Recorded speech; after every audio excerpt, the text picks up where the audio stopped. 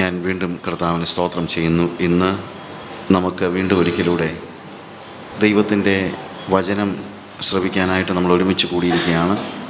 നമ്മുടെ കഴിഞ്ഞ 2 ദിവസങ്ങളിലായിട്ട് നമ്മൾ 6 സെഷൻസ് ഈ വിഷയത്തെക്കുറിച്ച് പഠിക്കുകയുണ്ടായി. നമ്മളുടെ അടുത്ത സെഷനിലേക്ക് നമ്മൾ വന്നിരിക്കുകയാണ്.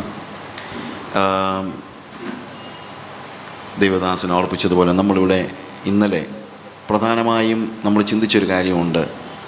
ദൈവം നമ്മളിൽ നിന്ന് പ്രതീക്ഷിക്കുന്നത് നമ്മുടെ അകത്തെ മനുഷ്യൻ ശക്തിപ്പെടണം എന്നുള്ളതാണ്. പുറത്തെ മനുഷ്യൻ ശക്തിപ്പെടുക എന്നുള്ളതല്ല. പുറത്തെ മനുഷ്യൻ എന്ന് പറയുന്നത് ഒരു യാഥാർത്ഥ്യമാണ്. യാഥാർത്ഥ്യമല്ലെന്ന് പറയുന്നില്ല. കർത്താവ് പറഞ്ഞു, മനുഷ്യൻ അപ്പം കൊണ്ട് മാത്രമല്ല, അല്ലേ? അപ്പം വേണ്ടാന്ന് പറഞ്ഞില്ല. എന്താണ്? Man shall not live by bread alone but by every word that proceeds from the mouth of the Lord. ദൈവം നമുക്ക് പ്രയോറിറ്റി സെറ്റ് ചെയ്യേണ്ടി വരുമ്പോൾ നമ്മുടെ പ്രയോറിറ്റി ഒരിക്കലും നമ്മുടെ പുറത്തെ മനുഷ്യനല്ല, പിന്നെന്താണ്? അകത്തെ മനുഷ്യനാണ്.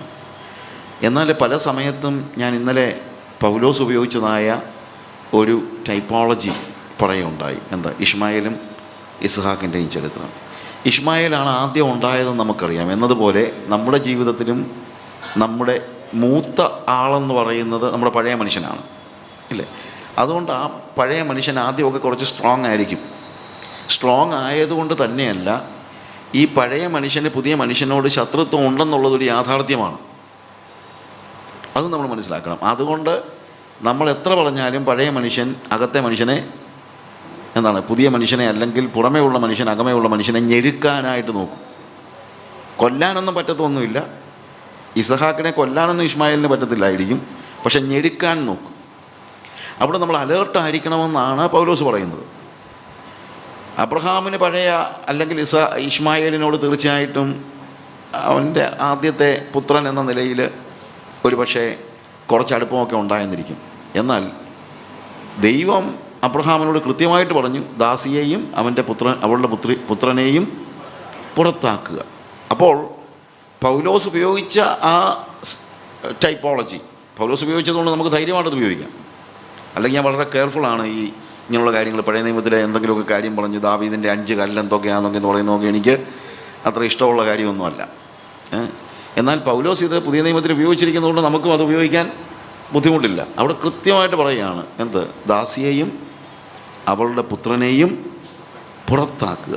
പ്രിയമുള്ളവരെ, ഇത് നമ്മുടെ ജീവിതത്തിൽ നമ്മൾ പ്രാവർത്തികമാക്കേണ്ടതായ ഒരു കാര്യമാണ്. എന്ത്? ഇസഹാക്കിന് സുഗമമായി വളരുവാൻ വേണ്ടി ഇഷ്മായേലിനെ പുറത്താക്കേണ്ടിയിരിക്കുന്നു. ഇസഹാക്കിന് ഞെരുക്കം കൂടാതെ വളരേണ്ടതിന് വേണ്ടി ഇഷ്മായേലിനെ പുറത്താക്കിയേ പറ്റൂ. ഇതേപോലെ നമ്മുടെ പുറമേയുള്ള മനുഷ്യൻ, നമ്മുടെ ആദ്യത്തെ മനുഷ്യൻ, നമ്മുടെ ജലപ്രകാരമുള്ള മനുഷ്യൻ, അവനെ നമ്മൾ പോറ്റി പുലർത്തുകയും കൂടുതൽ തടിച്ചു കൊഴുപ്പിക്കുകയൊക്കെ ചെയ്തു കഴിഞ്ഞാൽ അതിൽ കൂടുതൽ അപകടം ഉണ്ടാകുന്നത് ഇസഹാക്കിനായിരിക്കും എന്നുള്ളതിന് യാതൊരു സംശയം. അല്ലെങ്കിൽ വാഗ്ദത്ത സന്തതി ഞെരുക്കപ്പെടും. നമ്മുടെ ജീവിതത്തിൽ അത് സംഭവിക്കാൻ പാടില്ല. എല്ലാ മനുഷ്യരുടെയും ജീവിതത്തിൽ എന്തുണ്ട്? ഒരു വാഗ്ദത്ത സന്തതിയും ഒരു ജഡത്തിൻ്റെ സന്തതിയും അല്ലെങ്കിൽ ശരീരവുമുണ്ട്. ഈ ശരീരത്തെ നമുക്ക് കൊന്നുകളയാനായിട്ട് പറ്റില്ല. പക്ഷേ നമുക്ക് ഒരു പരിധി വരെ ഈ പുതിയ മനുഷ്യൻ, നമ്മുടെ ഇന്നർ മാന് പ്രശ്നമുണ്ടാകാതിരിക്കേണ്ടതിന് ഇനിയിപ്പോൾ ശക്തിപ്പെടുത്തേണ്ടത് എപ്പോഴും ഇന്നർ മാനെയാണ്, അല്ലാതെ ഔട്ടർ മാനെ അല്ല. ഇന്നർ മാൻ, ആ ഇന്നർ മാൻ ആവശ്യമുള്ള കാര്യങ്ങളായിരിക്കണം നമ്മൾ ഫീഡ് ചെയ്യുന്നത്. എപ്പോഴും ഇന്നർ മാൻ ആയിരിക്കണം, ഇന്നർ മാനേ ആയിരിക്കണം. ഔട്ടർ മാൻ ജീവിച്ചു പോട്ടെ. നമുക്ക് ഇന്നർ മാൻ ഇരിക്കാനൊരു കൂടാരം വേണം, ഇല്ലാതെ പറ്റില്ല. ഇല്ലെങ്കിൽ എന്താണ്? അതാണ് വാസ്തവത്തിൽ നമ്മളുടെ ശരീരം എന്ന് പറയുന്നത്. അത്രയൊക്കെ ഉള്ളൂ. ശരിക്കും അവിടെ ശരീരം എന്നുള്ളൊരർത്ഥത്തിൽ മാത്രമല്ല അവിടെ ഉപയോഗിക്കുന്നത്. അതായത് നമ്മൾ ശരീരത്തെ ദണ്ഡിപ്പിച്ച്, അല്ലെങ്കിൽ പലപ്പോഴും മറ്റ് പല സഭകളിലും എന്താണ് ഉള്ള ഒരു ചിന്ത, അതിപ്പം വന്ന് വിശ്വാസികളൊക്കെ ഉണ്ട്, ശരീരത്തെന്ന് പറഞ്ഞു കഴിഞ്ഞാൽ നമ്മുടെ ഫ്ലഷിനെയാണെന്ന്. ഫ്ലഷിൻ്റെ കാര്യമല്ല ഇവിടെ പറയുന്നത്. എന്തിനെക്കുറിച്ചാണ് പറയുന്നത്? നമ്മുടെ പഴയ പ്രകൃതത്തെയും പഴയ കാര്യത്തെയും. അല്ലാതെ നമ്മുടെ ശരീരത്തിന് ആഹാരം കൊടുക്കരുതെന്നല്ല അതിൻ്റെ അർത്ഥം. അതായത് ഇഷ്മായേലിനെ പുറത്താക്കുക എന്ന് പറഞ്ഞു കഴിഞ്ഞാൽ നമ്മുടെ ശരീരത്തിന് ആഹാരം കൊടുക്കാതിരിക്കുക, നമ്മുടെ ശരീരത്തെ തല്ലുക, അടിക്കുക, അങ്ങനെയൊന്നുമല്ല. നമ്മുടെ ശരീരത്തെ മുള്ളുകൊണ്ട് കുത്തുക, ഇതൊക്കെ ചെയ്യണമെന്നല്ല ഇവിടെ പറയുന്നത്. തെറ്റിദ്ധരിക്കരുത്. എന്തു പറയുമ്പോഴും നമുക്ക് നമ്മൾ പഠിച്ചു വച്ചിരിക്കുന്ന ചില കാര്യങ്ങൾ മനസ്സിൽ കയറുന്നത് കൊണ്ട്, പ്രത്യേകിച്ച് ഈസ്റ്റേൺ, ഞാൻ ആദ്യത്തെ ദിവസം പറഞ്ഞല്ലോ, ഈ പൗരസ്ത്യ ചിന്ത അനുസരിച്ച് എന്താണ്, ആത്മീയത കൂടുമ്പോൾ അവൻ ശരീരത്തെയാണ് വാസ്തവത്തിൽ ദണ്ഡിപ്പിക്കുന്നത്, അല്ലാതെ പ്രകൃതത്തെ അല്ല. എന്നാൽ ഇവിടെ പഴയ മനുഷ്യൻ എന്ന് പറയുന്നത് എന്താണ്? നമ്മുടെ പഴയ പ്രകൃതം, നമ്മുടെ പഴയ ജീവിതം. ആ പഴയ ജീവിതം അല്ലെങ്കിൽ നമ്മുടെ പഴയ മനുഷ്യൻ നമ്മുടെ ശരീരം ന്യൂട്രലാണ്. നമ്മുടെ ശരീരം എന്ന് പറയുന്നത് ന്യൂട്രലാണ്. ഈ ശരീരത്തെ നേരത്തെ നിയന്ത്രിച്ചുകൊണ്ടിരുന്നത് പഴയ മനുഷ്യനാണ്. പക്ഷേ ഇപ്പോൾ ഒരുവൻ ക്രിസ്തുവിലായാൽ അവൻ പുതിയ സൃഷ്ടിയായി. പഴയത് കഴിഞ്ഞുപോയി. ഇപ്പോഴും എനിക്ക് ശരീരമുണ്ട്, പക്ഷേ ഈ ശരീരത്തെ ഇപ്പോൾ നിയന്ത്രിക്കുന്നത് എൻ്റെ ഇന്നർ മാൻ, അഥവാ വീണ്ടും ജനനത്തിലൂടെ ഉണ്ടായ പുതിയ മനുഷ്യനാണ് എൻ്റെ ശരീരത്തെ ഇപ്പോൾ നിയന്ത്രിക്കുന്നത്, അല്ലെങ്കിൽ നിയന്ത്രിക്കേണ്ടത്. അതിനിടയ്ക്ക് പഴയ മനുഷ്യൻ കടന്നു വരാൻ പരിശ്രമിച്ചാൽ നമ്മൾ ഒരിക്കലും അതിനെ അംഗീകരിക്കാനായിട്ട് പാടില്ല, അംഗീകരിക്കാൻ പാടില്ല. നമ്മുടെ കയ്യെയോ കണ്ണിനെയോ കാലിനെയോ ഒക്കെ പഴയ മനുഷ്യൻ നിയന്ത്രിക്കാൻ വന്നാൽ ഒരിക്കലും എന്ത് ചെയ്യാൻ പാടില്ല, അത് അംഗീകരിക്കാൻ പാടില്ല. പഴയ മനുഷ്യൻ പറയും, ഇതൊക്കെ നോക്കടാ എന്ന് പറഞ്ഞ് ടി വിയിലെ ഓരോ സീൻസ് കാണിക്കും. അപ്പോൾ നമ്മൾ എന്ത് ചെയ്യാൻ പാടില്ല, പഴയ മനുഷ്യനെ പുറത്താക്കണം. പഴയ മനുഷ്യൻ പറയും, നിൻ്റെ കണ്ണുകൾക്ക് ഇമ്പകരമായ ഈ കാഴ്ചകളൊക്കെ ഒന്ന് കണ്ടേ എന്ന് പറഞ്ഞ് ടെലിവിഷനിലെ വേണ്ടാദിനങ്ങളെല്ലാം കാണിക്കും. അപ്പോൾ നമ്മൾ എന്ത് ചെയ്യണം, അതിനെ പുറത്താക്കണം. അല്ലെങ്കിൽ പഴയ മനുഷ്യൻ നമ്മളുടെ മറ്റൊരാളോട് ചൂടാകാൻ, അല്ലെങ്കിൽ അവൻ്റെ പഴയ മനുഷ്യനെ നമ്മൾ ചിലപ്പോൾ പറയുമല്ലോ, പഴയ മനുഷ്യൻ അവൻ ചിലപ്പം ഒത്തിരി അസൂയുള്ള ആളായിരിക്കും, പകയുള്ള ആളായിരിക്കും. അതൊന്നും നമ്മൾ എന്ത് ചെയ്യാൻ പാടില്ല, നമ്മുടെ ശരീരം അതിനോട് റെസ്പോണ്ട് ചെയ്യാനായിട്ട് പാടില്ല എന്നുള്ളതാണ്. പഴയ മനുഷ്യരുടെ യാഥാർത്ഥ്യമാണ്, നമ്മുടെ ശരീരം ഒരു യാഥാർത്ഥ്യമാണ്. പക്ഷേ ഈ ശരീരത്തെ നിയന്ത്രിക്കാൻ ഇപ്പോൾ ആർക്ക് അവകാശമില്ല, പഴയ മനുഷ്യന് അവകാശമില്ല. അതുകൊണ്ട് നമ്മുടെ ഇന്നർ മാൻ, അതാണ് അവിടെ നമ്മൾ ശരിയായിട്ടും പഠിക്കേണ്ടതായ ഒരു കാര്യം. നമ്മുടെ ഇന്നർ മാൻ, ആ ഇന്നർ മാൻ നമ്മൾ എഫേസ്യ ലേഖനത്തിൽ തന്നെ 4-ാം അധ്യായത്തിൻ്റെ 17 മുതലുള്ള വാക്യങ്ങൾ വായിക്കുമ്പോൾ അവിടെയും ഇത് തന്നെ ആവർത്തിക്കുന്നുണ്ട്. ആകയാൽ ഞാൻ കർത്താവിൽ സാക്ഷീകരിച്ച് പറയുന്നത് എന്തെന്നാൽ, ജാതികൾ തങ്ങളുടെ വ്യർത്ഥബുദ്ധി അനുസരിച്ച് നടന്നതുപോലെ നിങ്ങൾ ഇനി നടക്കരുത്. അവർ അന്ധബുദ്ധികളായി അജ്ഞാനം നിമിത്തം, ഹൃദയകാഠിന്യം നിമിത്തം തന്നെ ദൈവത്തിൻ്റെ ജീവനിൽ നിന്ന് അകന്ന് മനം തഴമ്പിച്ചു പോയവർ ആകയാൽ അത്യാഗ്രഹത്തോടെ സകല അശുദ്ധിയും പ്രവർത്തിപ്പാൻ ദുഷ്കാമത്തിന് തങ്ങളെ തന്നെ ഏൽപ്പിച്ചിരിക്കുന്നു. നിങ്ങളോ യേശുവിൽ സത്യമുള്ളതുപോലെ അവനെക്കുറിച്ച് കേട്ട് അവനിൽ ഉപദേശം ലഭിച്ചു എങ്കിൽ ക്രിസ്തുവിനെക്കുറിച്ച് ഇങ്ങനെയല്ല പഠിച്ചത്. മുമ്പിലത്തെ നടപ്പ് സംബന്ധിച്ച് ചതിമോഹങ്ങളാൽ വഷളായി പോകുന്ന പഴയ മനുഷ്യനെ ഉപേക്ഷിച്ച് നിങ്ങളുടെ ഉള്ളിലെ ആത്മാവ് സംബന്ധമായി പുതുക്കം പ്രാപിച്ച സത്യത്തിൻ്റെ ഫലമായ നീതിയിലും വിശുദ്ധിയിലും ദൈവാനുരൂപമായി സൃഷ്ടിക്കപ്പെട്ട പുതിയ മനുഷ്യനെ ധരിച്ചുകൊള്ളും. ഇപ്പം ഈ ഭാഗം വായിക്കുമ്പോൾ ഈ പഴയ മനുഷ്യനും പുതിയ മനുഷ്യനും തമ്മിലുള്ള വ്യത്യാസം നമുക്ക് ഏകദേശം മനസ്സിലാക്കാൻ പറ്റുന്നുണ്ട്, ഇല്ലേ? നേരത്തെ നമ്മൾ പറഞ്ഞു നിങ്ങളുടെ അകത്തെ മനുഷ്യൻ ശക്തിപ്പെടേണ്ടതിന്. പക്ഷേ ഈ അകത്തെ മനുഷ്യനും പുറത്തെ മനുഷ്യനും തമ്മിലുള്ള വ്യത്യാസം എന്താണെന്നുള്ളത്, അല്ലെങ്കിൽ അതിന് പകരം ഇവിടെ ഉപയോഗിച്ചിരിക്കുന്നത് പഴയ മനുഷ്യനും പുതിയ മനുഷ്യനും തമ്മിലുള്ള വ്യത്യാസം എന്താണെന്നുള്ളത് ഇവിടെ നമ്മൾ ഈ ഭാഗം വായിക്കുമ്പോൾ ഗ്രഹിക്കാൻ കഴിയുന്നുണ്ട്. കാര്യം പഴയ മനുഷ്യൻ എന്താണെന്ന് ചോദിച്ചാൽ 22-ാമത്തെ വാക്യത്തിൽ മുമ്പിലത്തെ നടപ്പ് സംബന്ധിച്ച് ചതിമോഹങ്ങളാൽ വഷളായി പോകുന്ന പഴയ മനുഷ്യനെ ഉപേക്ഷിച്ച്, അതിന് മുകളിൽ നമ്മൾ വായിച്ച ഭാഗത്ത് പണ്ട് നമ്മൾ എന്തൊക്കെ ചെയ്തു എന്നുള്ളതെല്ലാം പറയുന്നുണ്ട്, ഇല്ലേ? അതുകൊണ്ട് അതുപോലെ ജാതികൾ എന്ത് ചെയ്യുന്നു, അതൊക്കെയാണ് നമ്മൾ ചെയ്തുകൊണ്ടിരുന്നത്. ജാതികൾ എന്ത് ചെയ്യുന്നു? അവർ അന്ധബുദ്ധികളായി അജ്ഞാനം നിമിത്തം, ഹൃദയകാഠിന്യം നിമിത്തം തന്നെ ദൈവത്തിൻ്റെ ജീവനിൽ നിന്ന് അകന്ന് മനം തഴമ്പിച്ചവരായി. അപ്പോൾ ദൈവത്തിൻ്റെ ജീവൻ, ആ ദൈവത്തിൻ്റെ ജീവൻ നമ്മളെ, അതായത് നമ്മുടെ ശരീരത്തിൽ, നമ്മൾ പറഞ്ഞല്ലോ വിശ്വാസത്താൽ ക്രിസ്തു നമ്മുടെ ശരീരത്തിൽ ഇപ്പോൾ വസിക്കുകയാണ്. ആ ദൈവത്തിൻ്റെ ജീവനാണ് നമ്മളിൽ ഇപ്പോൾ ഉള്ളത്. എന്നാൽ ആ ദൈവത്തിൻ്റെ ജീവനോട് നമ്മൾ എന്ത് പറഞ്ഞിരിക്കുന്നത്, ദൈവത്തിൻ്റെ ജീവനിൽ നിന്ന് അകന്ന് മനം തഴമ്പിച്ചവരായി. അതിന് കാരണം പറയുന്നത് 2 കാര്യങ്ങളാണ്. ഒന്ന് ഇഗ്നറൻസ്, അവിടെ പറയുന്നുണ്ട് അജ്ഞാനികളായി, അന്ധബുദ്ധികളായി അജ്ഞാനം നിമിത്തം. എന്നാൽ അതിനോട് ചേർന്ന് പറയുകയാണ് ഹൃദയകാഠിന്യം നിമിത്തം തന്നെ. അതായത് വെറും അജ്ഞാനം കൊണ്ട് മാത്രമൊന്നുമല്ല ആരും പഴയ മനുഷ്യനെ വീണ്ടും പരിപോഷിപ്പിക്കുന്നത്. വെറും അജ്ഞത കൊണ്ട് മാത്രമല്ല, പ്രത്യുത എന്തുകൊണ്ടുകൂടെ ഉണ്ട്, ഹൃദയകാഠിന്യം കൂടെ ഉണ്ട്.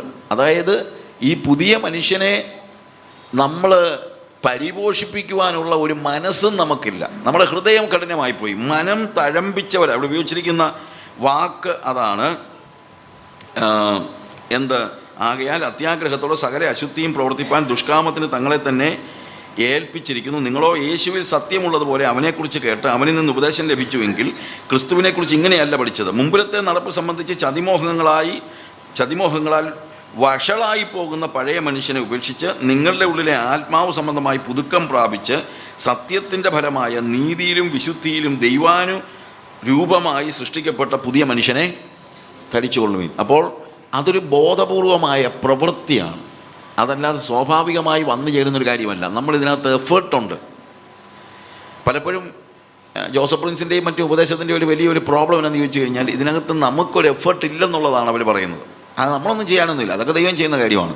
പുതിയ നിയമത്തിലൊന്നും ചെയ്യാനില്ല. പഴയ നിയമത്തിലെല്ലാം ഡു ഡു ഡു എന്ന് പറഞ്ഞു, എന്നാൽ പുതിയ നിയമത്തിലെല്ലാം ഡൺ ഡൺ ഡൺ എന്നാണ്. നിനക്കൊന്നും ചെയ്യാനില്ല എന്നല്ല പറയുന്നത് ഇവിടെ, ആണോ? നിങ്ങൾ എന്ത് ചെയ്യണം? പുതിയ മനുഷ്യനെ ധരിച്ചു കൊള്ളണം. അത് തന്നെയല്ല, പഴയ മനുഷ്യനെ ഉപേക്ഷിക്കണം. ഉപേക്ഷിച്ചിരിക്കുന്നു എന്നല്ല, ഉപേക്ഷിക്കണം. ധരിച്ചിരിക്കുന്നു എന്നല്ല, ധരിച്ചു കൊള്ളുവിൻ. അതിൻ്റെ അർത്ഥം എന്താണ്? പുതിയ നിയമത്തിൽ യേശു ക്രിസ്തുവുമായി ബന്ധപ്പെട്ട് വരുമ്പോൾ നമുക്കൊരു ഉത്തരവാദിത്വമുണ്ട്. റെസ്പോൺസിബിലിറ്റി ഇല്ലാത്തൊരു ലൈഫല്ല നമ്മുടെ ലൈഫ് എന്നുള്ളത് നമ്മൾ മനസ്സിലാക്കണം. അപ്പോൾ ഈ അകത്തെ മനുഷ്യനെ പരിപോഷിപ്പിക്കുക എന്നുള്ളതാണ് നമ്മളെ സംബന്ധിച്ചിടത്തോളം ഏറ്റവും പ്രാധാന്യമർഹിക്കുന്നതായ കാര്യം. ഈ അകത്തെ മനുഷ്യനെ പരിപോഷിപ്പിക്കുവാൻ വേണ്ടിയുള്ള കാര്യങ്ങളായിരിക്കണം സഭയിൽ നടക്കുന്നതും. പലപ്പോഴും ഉണ്ടാകുന്ന, ഇന്നലെ നമ്മൾ പറഞ്ഞ കാര്യം ഇതാണ്. ഇവിടെ നമ്മൾ ആദ്യം പഠിച്ചത് ദൈവം എങ്ങനെ മനുഷ്യനെയും ദൈവത്തെയും തമ്മിൽ ബന്ധിപ്പിച്ചു. The relation between man and God. പാപിയായ മനുഷ്യനെ യേശു കർത്താവ് കാൽവറി ക്രൂശിൽ വീണ്ടെടുത്ത് അവനെ ദത്തെടുത്ത് മകനാക്കി അവനോടുകൂടെ നമ്മളെ യോജിപ്പിച്ചിരിക്കുന്നു. ക്രിസ്തുവിനെ നമുക്ക് ദൈവം നൽകി വീണ്ടെടുപ്പിന് വേണ്ടി. പരിശുദ്ധാത്മാവിനെ ദൈവം നൽകി ആ വീണ്ടെടുപ്പ് നാളിനായി നമ്മളെ ഇവിടുന്ന് അവിടം വരെ കൊണ്ടുപോകുന്ന പ്രവൃത്തി പരിശുദ്ധാത്മാവിനെ നൽകിയിരിക്കുന്നു. ഓക്കെ, അതായത് ആദ്യം ബന്ധം നമ്മൾ ആദ്യം പഠിച്ചെന്താണ്? മനുഷ്യനും ദൈവവും തമ്മിലുള്ള ബന്ധം, നഷ്ടപ്പെട്ടു പോയ ബന്ധം ദൈവം എങ്ങനെ പുനഃസ്ഥാപിച്ചു. രണ്ടാമത് മനുഷ്യനും തമ്മിലുള്ള ബന്ധം എങ്ങനെ പുനഃസ്ഥാപിച്ചു. ക്രൂശിൽ അവൻ മനുഷ്യനെയും ദൈവത്തെയും ബന്ധിപ്പിച്ചതുപോലെ തന്നെ നമ്മൾ എന്ത് പറഞ്ഞു? മനുഷ്യനെയും തമ്മിൽ അവൻ ഇരുപക്ഷത്തെയും ഒന്നാക്കി. അപ്പോൾ നിരപ്പിൻ്റെ ശുശ്രൂഷ എന്ന് പറയുന്ന മിനിസ്ട്രി ഓഫ് റിക്കൺസിലിയേഷൻ കർത്താവ് നിർവഹിക്കുന്നത് first of all it is between man and God, and along with that he has been joining. ആരൊക്കെ തന്നെയാണ്? ശത്രുപക്ഷത്തുണ്ടായിരുന്ന വ്യത്യസ്ത ജനതകളെ തമ്മിൽ അവൻ എന്ത് ചെയ്തു? യോജിപ്പിച്ചു. അപ്പോൾ ഇപ്പോൾ ക്രിസ്തുവിൽ നമ്മൾ ദൈവവുമായിട്ട് ഒന്നാണ്. അതാണല്ലോ ഏറ്റവും ഒടുവിൽ സ്വർഗത്തിലും ഭൂമിയിലുള്ള സകലതും ക്രിസ്തുവിൽ ഒന്നായി ചേരുക. അതാണ് നമ്മൾ ആദ്യം തൊട്ട് വായിക്കുന്ന കാര്യം, അതാണ്. അപ്പോൾ അതിനകത്ത് ആദ്യത്തെ കാര്യം വീണ്ടെടുപ്പിലൂടെ അവൻ നമ്മളെ ദൈവവുമായിട്ട് യോജിപ്പിച്ചു. ആ വീണ്ടെടുപ്പിൽ അവൻ ഒരു സ്പെസിഫിക് ആയിട്ടുള്ള ഒരു ജനതയെ മാത്രമല്ല സകല ജനതകളെയും സ്വീകരിച്ചതുകൊണ്ട് ഇപ്പോൾ ക്രൂശിൽ ശത്രുത്വം ഇല്ലാതാക്കി ഇരുപക്ഷത്തെയും അവൻ ഒന്നാക്കി. എന്നെയും ദൈവത്തെയും ഒന്നാക്കി, യഹൂദനെയും അല്ലെങ്കിൽ മനുഷ്യനെയും ദൈവത്തെയും ഒന്നാക്കി, യഹൂദനെയും വിജാതീയനെയും അവൻ ഒന്നാക്കി. ആ മൂന്നാമത് നമ്മൾ പഠിക്കുന്നത് സഭയുമായുള്ള ദൈവത്തിൻ്റെ റിലേഷൻഷിപ്പിനെ കുറിച്ചാണ്. കാരണം ഇൻഡിവിജ്വലായിട്ടാണ് ദൈവം ഓരോരുത്തരെ വിളിക്കുന്നതെങ്കിലും വിളിച്ചാക്കിയിരിക്കുന്നത് എങ്ങോട്ടാണ്? സഭയിലേക്കാണ്. അതുകൊണ്ട് ആ സഭയുമായുള്ള ബന്ധം, ആ സഭ, അതാണ് നമ്മളിപ്പോൾ പഠിച്ചുകൊണ്ടിരിക്കുന്ന കാര്യം. അതാണ് ആ സഭ എന്തിനു വേണ്ടിയാണ് ദൈവം ഭൂമിയിലാക്കിയിരിക്കുന്നത് ചോദിച്ചു കഴിഞ്ഞാൽ നമ്മുടെ ഇന്നർ മാനെ പരിപോഷിപ്പിക്കുവാൻ വേണ്ടിയാണെന്നാണ് ആ സഭയ്ക്കുള്ളിലെ സ്പിരിച്വൽ റിലേഷൻഷിപ്പ്. നമ്മൾ 4-ാമത്തെ അധ്യായത്തിൻ്റെ 11 മുതലുള്ള വാക്യങ്ങൾ വായിക്കുമ്പോൾ, എഫേസ്യ ലേഖനം 4-ാം അധ്യായത്തിൻ്റെ 11 മുതലുള്ള വാക്യങ്ങൾ വായിക്കുമ്പോൾ അവിടെ നമ്മൾ കാണുന്നു, അവൻ ചിലരെ അപ്പോസ്തലന്മാരായും ചിലരെ പ്രവാചകന്മാരായും ചിലരെ സുവിശേഷകന്മാരായും ചിലരെ ഇടയന്മാരായും ഉപദേഷ്ടാക്കന്മാരുമായും നിയമിച്ചിരിക്കുന്നു. അത് നാം എല്ലാവരും വിശ്വാസത്തിലും ദൈവപുത്രനെക്കുറിച്ചുള്ള പരിജ്ഞാനത്തിനുമുള്ള ഐക്യതയും തികഞ്ഞ പുരുഷത്വവും ക്രിസ്തുവിൻ്റെ സമ്പൂർണ്ണതയായ പ്രായത്തിൻ്റെ അളവും പ്രാപിക്കുവോളം വിശുദ്ധന്മാരുടെ യഥാസ്ഥാപനത്തിനായുള്ള ശുശ്രൂഷയുടെ വേലയ്ക്കും ക്രിസ്തുവിൻ്റെ ശരീരത്തിൻ്റെ ആത്മീക വർധനയ്ക്കുമാകുന്നു. അപ്പോൾ ദൈവത്തിന് മനുഷ്യനെക്കുറിച്ച് ഒരു ലക്ഷ്യമുണ്ട്, അതുപോലെ ആരെക്കുറിച്ചും ലക്ഷ്യമുണ്ട്, സഭയെക്കുറിച്ചും ദൈവത്തിന് ഒരു ലക്ഷ്യമുണ്ട്. ആ സഭയിൽ സഭയെക്കുറിച്ചുള്ള ഒത്തിരി കാര്യങ്ങൾ നമുക്ക് പറയാൻ, അത് വേറൊരു സബ്ജക്റ്റാണ്. നമ്മൾ അതിനെക്കുറിച്ച് വീണ്ടും പഠിക്കേണ്ട കാര്യമാണ്. ഈ ദിവസം കൊണ്ട് നമുക്കത് പഠിക്കാൻ തീരുന്നതല്ല. അതുകൊണ്ട് ഞാനിതൊന്ന് ടച്ച് ചെയ്ത് പോകുന്നതേ ഉള്ളൂ. ഈ സഭയ്ക്കുള്ളിലെ സ്പിരിച്വൽ റിലേഷൻഷിപ്പ് ഒന്ന് ദൈവവും മനുഷ്യനും തമ്മിലുള്ള ബന്ധത്തിലെ റിലേഷൻഷിപ്പ്, മനുഷ്യനും മനുഷ്യനും തമ്മിലുള്ള റിലേഷൻഷിപ്പ്, പിന്നീട് ദൈവവും സഭയും തമ്മിലുള്ള ബന്ധം. ഇപ്പോൾ ദൈവം സഭയിൽ എന്ത് ചെയ്യുന്നു? ദൈവം സഭയിൽ എന്താണ്? ഡിഫറൻറ്റ് ഓഫീസസ് അല്ലെങ്കിൽ ഫങ്ഷൻസ് ഉണ്ടാക്കിയിട്ടുണ്ട്. ചിലരെ അപ്പോസ്തലന്മാരായും ചിലരെ ചിലരെ പ്രവാചകന്മാരായും ചിലരെ സുവിശേഷകന്മാരായും ചിലരെ ഇടയന്മാരായും ചിലരെ ഉപദേഷ്ടാക്കന്മാരുമായി നിയമിച്ചിരിക്കുന്നു. നമ്മൾ ഈ 5-fold മിനിസ്ട്രി എന്നൊക്കെ പറയുന്ന കാര്യം. പക്ഷേ ഈ 5-fold മിനിസ്ട്രി എന്തിനാണ്? ചുമ്മാ കുറച്ച് പേർക്കൊരു പണി ഉണ്ടാക്കി കൊടുക്കാൻ വേണ്ടിയല്ല, അതൊരു ലക്ഷ്യത്തോടു കൂടെയാണ്. അത് ശരിക്കും അതിൻ്റെ വേഴ്സ് 13-ാമത്തെ വാക്യം വായിക്കുമ്പോൾ വിശുദ്ധന്മാരുടെ യഥാസ്ഥാനത്വത്തിനായുള്ള ശുശ്രൂഷയുടെ വേലയ്ക്കും ക്രിസ്തുവിൻ്റെ ശരീരത്തിൻ്റെ ആത്മീക വർധനയ്ക്കുമാകുന്നു. അതിനിടയ്ക്ക് ബാക്കി കാര്യങ്ങളുണ്ട്. എന്നാൽ അവിടെ പറയുന്ന പ്രധാനപ്പെട്ട കാര്യം എന്താണെന്ന് ചോദിച്ചു കഴിഞ്ഞാൽ, ഫോർ പെർഫെക്റ്റിംഗ് ദ സെയിൻസ്, യഥാസ്ഥാനപ്പെടുത്തുക എന്നുള്ള വാക്ക്, യഥാസ്ഥാനപ്പെടുത്തുക എന്ന് പറയുന്ന വാക്ക് അവിടെ ഉപയോഗിച്ചിരിക്കുന്നത് ഓരോരുത്തരും ഏത് സ്ഥലത്തായിരിക്കണോ അവിടെ തന്നെ ആക്കിയിരിക്കുക. അതാണ് ശരിക്കും ഉപയോഗിച്ചിരിക്കുന്ന വാക്ക്. അതായത് മിസ്പ്ലേസ്മെൻറ്റ് ഉണ്ടാകരുത്. ഓരോരുത്തരും എവിടെ ഇരിക്കണം അവിടെ ഇരിക്കണം. സഭയ്ക്കുള്ളിൽ ദൈവം അവരെക്കുറിച്ച് എന്ത് ലക്ഷ്യത്തോടുകൂടെ, അല്ലെങ്കിൽ ദൈവത്തിൻ്റെ മനസ്സിൽ അവരെക്കുറിച്ചുള്ള ആ ലക്ഷ്യം എന്താണ്? ഇപ്പം ഞാനിപ്പോൾ ചർച്ചിലേക്ക് വരുമ്പോഴത്തേക്ക് ഈ ചർച്ച് അല്ലെങ്കിൽ ഒരു ചർച്ചിലേക്ക് വരുമ്പോൾ ചർച്ചിനെ ദൈവം ആക്കിയിരിക്കുന്നത്, അല്ലെങ്കിൽ ചർച്ചിൽ ദൈവം ഈ ഓഫീസസ് ഉണ്ടാക്കിയിരിക്കുന്നതിന് എന്തിനാണെന്ന് ചോദിച്ചു കഴിഞ്ഞാൽ, ഞാൻ എവിടെ ഇരിക്കണ്ടേ? എവിടെ ഇരിക്കുന്ന പറഞ്ഞാൽ കസേര, ഏത് കസേര ഇരിക്കണമെന്ന് ഇന്നിപ്പോൾ എല്ലാവർക്കും ആകെപ്പാടെ ഒരു ഇതേ ഉള്ളൂ, ആരാണ് ഏത് കസേരയിലാണ് ഇരിക്കേണ്ടത്, ഇല്ലേ? അതുകൊണ്ട് എന്താ, ഇപ്പം കൺവെൻഷനൊക്കെ നടക്കുമ്പോഴത്തേക്ക് വല്ലവരും ഒക്കെ സ്റ്റേജിൽ കയറിയിരിക്കാൻ എല്ലാവരുടെയും പേര് വരെ അവിടെ എഴുതി ഒട്ടിച്ചിരിക്കും. അങ്ങനെ ഓരോരുത്തരെ ഓരോരുത്തർ കസേരയെ അലോട്ട് ചെയ്യുന്ന കാര്യമല്ല അവിടെ പറയുന്നത്.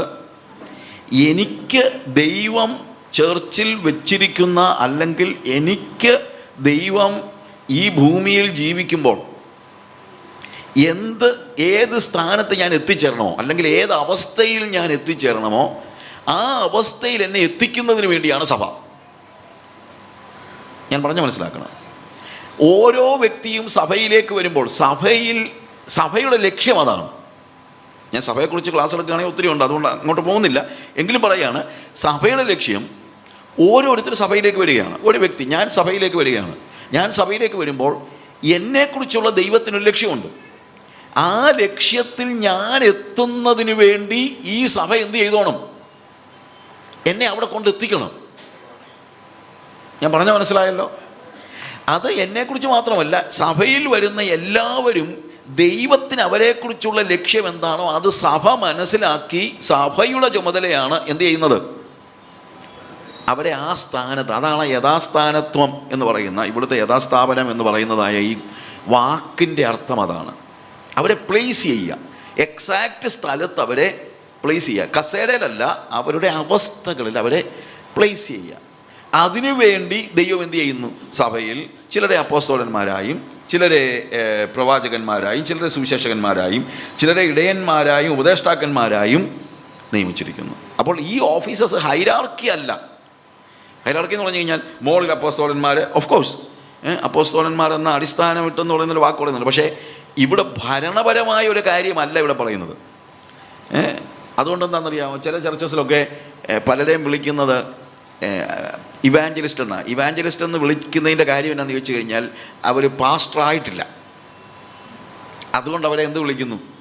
ഇവാഞ്ചലിസ്റ്റ്. എവിടുന്ന് കിട്ടിയ ഒരു ഉപദേശമാണിതെന്നുള്ളത് എനിക്ക് ഇതുവരെ മനസ്സിലാകുന്നില്ല. ഇവാഞ്ചലിസ്റ്റ് എന്ന് പറഞ്ഞാൽ ഇപ്പോൾ സാധാരണക്കാരുടെ ചിന്തയിൽ ഒരു കുട്ടി പാസ്റ്ററാണെന്നാണ്. കാര്യം പാസ്റ്ററായിട്ടില്ല, ഇപ്പോൾ ആരേ ആയിട്ടുള്ളൂ? ഇവാഞ്ചലിസ്റ്റേ ആയിട്ടുള്ളൂ. കുറച്ചുകൂടെ കഴിഞ്ഞ് ഒരു എന്താണ് ലൈസൻസൊക്കെ കൊടുത്ത് ഒടുവിൽ പിന്നെ ആരാക്കും? പാസ്റ്ററാക്കും. അപ്പോൾ അതിനു മുമ്പ് പാസ്റ്ററുടെ കീഴിലുള്ള ഒരു കുട്ടി പാസ്റ്ററാണ് ആര്? ഇവാഞ്ചലിസ്റ്റ് എന്നാണ് പലരുടെയും ചിന്ത. ഇനി എപ്പോഴെങ്കിലും ഒരു ഓർഡിനേഷൻ കിട്ടിക്കഴിഞ്ഞാൽ ആരെങ്കിലും ഇയാളെ ഇവാഞ്ചലിസ്റ്റ് എന്ന് വിളിച്ചാൽ ഇയാൾക്ക് ഭയങ്കര ദേഷ്യവും വരും. ബ്രദറിന് മനസ്സിലായില്ലേ? കഴിഞ്ഞ ദിവസം എനിക്ക് ഓർഡിനേഷൻ ആയിരുന്നു, അതറിഞ്ഞില്ലേ? പാസ്റ്ററായിട്ട് എന്നെ ഓർഡൻ ചെയ്തില്ലേ? ഇനി എന്താ ബ്രദർ എന്നെ ഇവാഞ്ചലിസ്റ്റ് എന്ന് വിളിക്കുന്നത്? കാര്യം ഇതൊരു പദവിയാണെന്നാണ് ആളുകൾ ചിന്തിക്കുന്നത്. അതുകൊണ്ടാണ് ചിലർ അവരെ തന്നെ അങ്ങ് വിളിക്കും അപ്പോസിൽ. മലാവിയിലൊക്കെ ചെന്ന് കഴിഞ്ഞാൽ എനിക്കറിയത്തില്ല, എല്ലാ അപ്പോസ്തലന്മാരും ബിഷപ്പുമാരും ഒക്കെയാണ് എല്ലാവരും. അവർക്ക് എന്നാ പണിയെന്ന് ചോദിച്ചു കഴിഞ്ഞാൽ അതൊന്നല്ല, അവർ തന്നെ അങ്ങ് വിളിക്കുകയാണ്. ഞാൻ മലാവി ചെന്നപ്പോഴത്തേക്ക് ഒരാളെ കണ്ടു കഴിഞ്ഞപ്പോഴത്തേക്ക് അയാൾ ചിന്തിച്ചു ഞാൻ ഒരു മിഷൻ്റെ ലീഡറായിട്ട് അവിടെ ചെല്ലുകയാണെന്നൊക്കെ ചിന്തിച്ചപ്പോൾ ഞാൻ പരിചയപ്പെട്ട ആൾ പറഞ്ഞു, അതെ ഞങ്ങളുടെ ഓഫീസിൽ ഒരു ഓഫീസ് ബോയ് ഉണ്ട്, അവൻ ബിഷപ്പാണ്, അവന് വല്ല പണി വല്ലതും ഉണ്ടെങ്കിൽ ഒന്ന് കൊടുക്കണേ, നിങ്ങളുടെ മിഷനിലും കാണാം. ഞങ്ങളുടെ ഓഫീസിലൊരു ഓഫീസ് ബോയ് ഉണ്ട്, അവൻ ആരാ? ബിഷപ്പാണ്. കാര്യം അവന് വിസിറ്റിംഗ് കാർഡ് അടിച്ചിരിക്കുന്നത് എന്താണെന്നറിയാമോ? ബിഷപ്പ് വിൻകുംബോ എന്ന് അയാൾ പറഞ്ഞുകൊണ്ടാ, അപ്പോസിൽ വിൻകുംബോ ബിഷപ്പ്. കാര്യം ഇവരൊക്കെ ചിന്തിക്കുന്നത് ഇതൊക്കെ ഏതാണ്ട് പദവിയാണെന്നുള്ള ഒരു ചിന്തയാണ്. ഇത് പദവിയല്ല പ്രിയമുള്ളവരെ, എന്താണ് ഇത്? ശുശ്രൂഷയാണ്. സഭയിൽ പദവിയല്ല ഉള്ളത്, എന്താണുള്ളത്? ശുശ്രൂഷയാണ്. അത് നിങ്ങൾ മനസ്സിലാക്കണം. അതുകൊണ്ട് പാസ്റ്ററുടെ താഴെ ഒരു ഇവാഞ്ചലിസ്റ്റ്, ശരിക്കും പറഞ്ഞു കഴിഞ്ഞാൽ ഈ ഓർഡർ അനുസരിച്ച് നോക്കിക്കഴിഞ്ഞാൽ അങ്ങനല്ല. അവിടെ എഴുതിയിരിക്കുന്നത് എന്താണ്? ചിലരെ സുവിശേഷകരായും ചിലരെ ഇടയന്മാരായും. അപ്പോൾ ശരിക്കും പറഞ്ഞു കഴിഞ്ഞാൽ ഇവാഞ്ചലിസ്റ്റിൻ്റെ കീഴെയാണ് ഇവിടെ പറഞ്ഞിരിക്കുന്നത് എന്ത്? ഇടയന്മാരെന്ന്. അങ്ങനെ പദവി അല്ല ഞാൻ പറഞ്ഞത്. അത്രയുമെങ്കിലും വായിച്ചിട്ട് പിന്നെ ഞാനിപ്പം പാസ്റ്ററായി ഇനി എന്നെ ഇവാഞ്ചലിസ്റ്റ് എന്ന് വിളിക്കരുതെന്നൊന്നും പറയത്തില്ലല്ലോ, ഇത്രയുമെങ്കിലും വായിച്ചു കഴിഞ്ഞാൽ.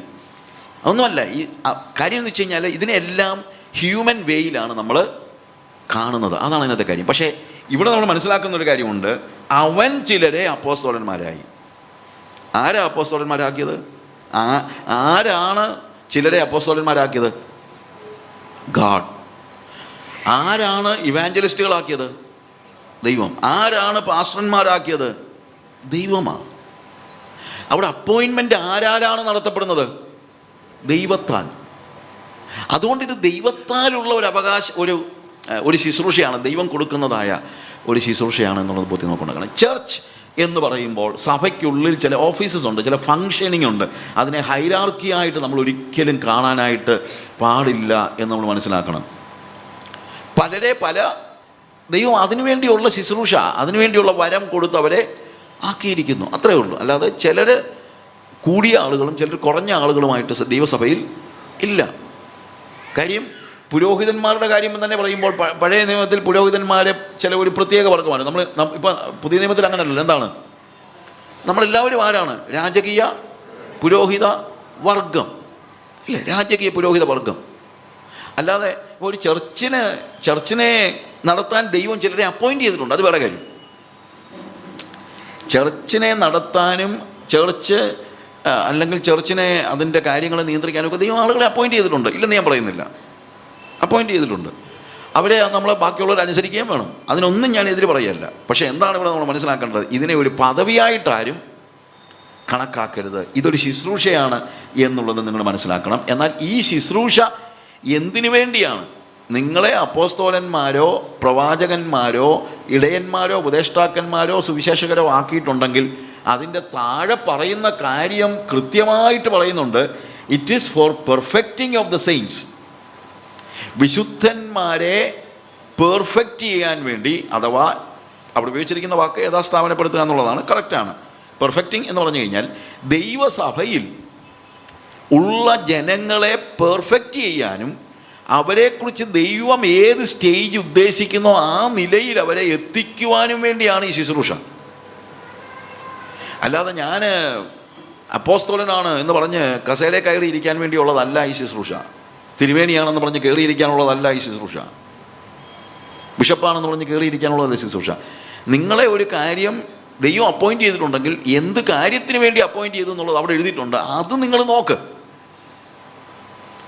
അതിനുവേണ്ടി ദൈവം നിയോഗിച്ചതാണ് ഇവരെ എന്നുള്ള ബോധ്യത്തോടു കൂടെ അവരെ ബഹുമാനിക്കാൻ വേണം. സഭയിലെ വിശ്വാസികൾ എന്ത് ചെയ്യണം? ദൈവം അപ്പോയിൻ്റ് ചെയ്തിരിക്കുന്ന അപ്പോസ്തലന്മാരാണെങ്കിലും പ്രവാചകന്മാരാണെങ്കിലും ഇടയന്മാരാണെങ്കിലും ഉപദേഷ്ടാക്കന്മാരാണെങ്കിലും അവരെ ബഹുമാനിക്കുകയും വേണം. ബഹുമാനിച്ചാൽ മതി, പേടിക്കൊന്നും വേണ്ട. കാര്യം ഇതൊരു ഒഫീഷ്യൽ റിലേഷൻഷിപ്പ് അല്ല. പ്രത്യേകത എന്താണ്? ഒഫീഷ്യൽ എന്ന് പറഞ്ഞാൽ ഞാൻ പറഞ്ഞത് ഔദ്യോഗികമായി അല്ലെങ്കിൽ ഭരണപരമായ ഒരു അധികാരമല്ല, ഇത് ശുശ്രൂഷയുടെ അധികാരമാണ്. ശുശ്രൂഷയ്ക്ക് അധികാരമുണ്ട്. ശുശ്രൂഷയ്ക്ക് തീർച്ചയായിട്ടും എന്തുണ്ട്? അധികാരമുണ്ട്. ഓരോരുത്തരെ ഏൽപ്പിച്ച കാര്യങ്ങൾക്ക് അവരവരുടേതായിട്ടുള്ള അധികാരമുണ്ട്. അത് അവരെ ഏൽപ്പിച്ച കാര്യത്തിൽ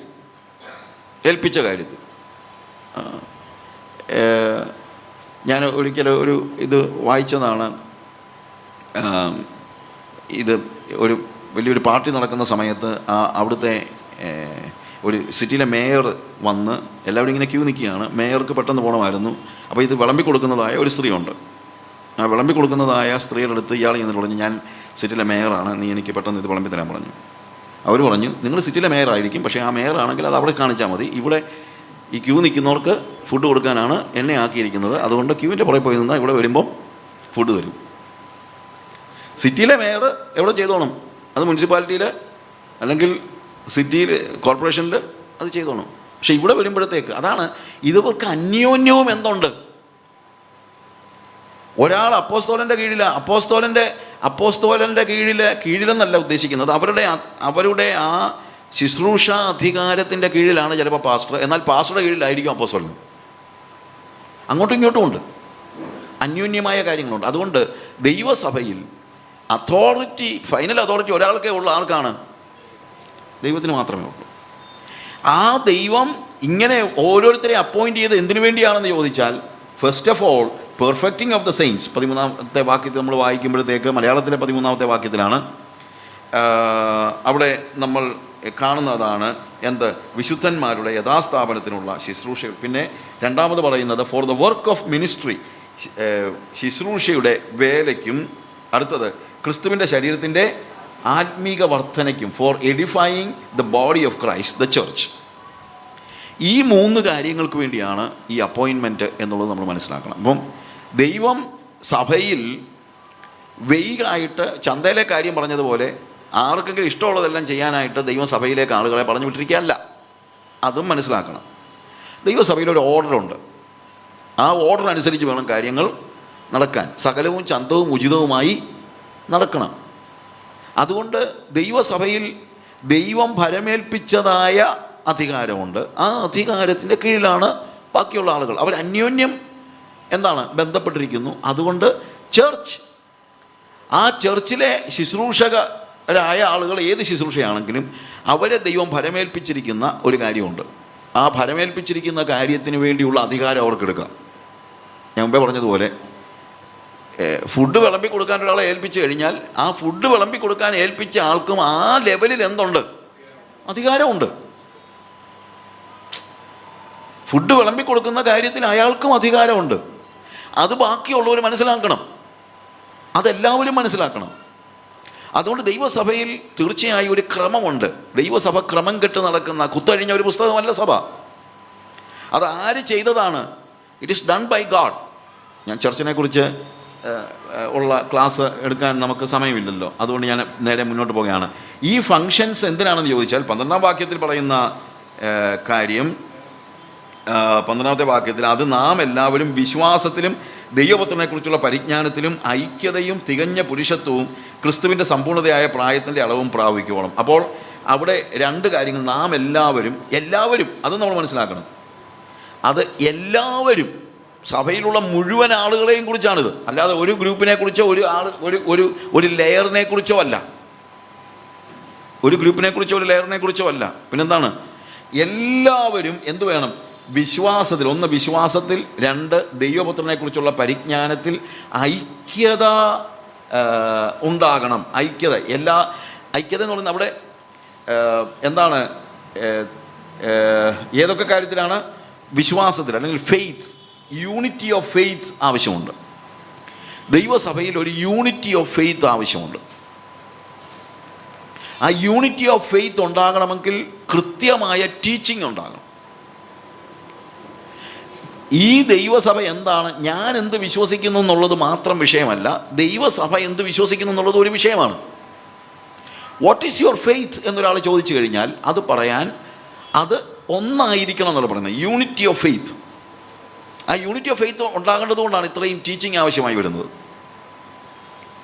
അല്ലാതെ എന്താ വിശ്വസിക്കുന്നുള്ള ആർക്കും അറിയാൻ വയ്യാതിരിക്കുന്ന ഒരു സ്റ്റേജ്. ഞാൻ പാറമേൽ അടിസ്ഥാനം ഇടുന്നവൻ എന്ന് പറയുന്ന പുസ്തകത്തിൽ, അതിൻ്റെ മലയാളം ഇപ്പം അവൈലബിൾ അല്ല, ബാക്കിയുള്ള ഭാഷകളിലൊക്കെ ഉണ്ട്. പക്ഷേ നമ്മുടെ വെബ്സൈറ്റിൽ നിന്ന് അത് വേണമെങ്കിൽ നിങ്ങൾക്ക് ഡൗൺലോഡ് ചെയ്യാം. അതിനകത്ത് ഞാൻ ഒരു ഉദാഹരണം പറഞ്ഞിട്ടുണ്ട്. ഒരാളോട്, ഒരു ജോൺ എന്ന് പറയുന്ന ഒരാളോട് ആൾ ചോദിച്ചു, വാട്ട് ഈസ് യുവർ ഫെയ്ത്ത്, നിൻ്റെ വിശ്വാസം എന്താണ്, what do you believe?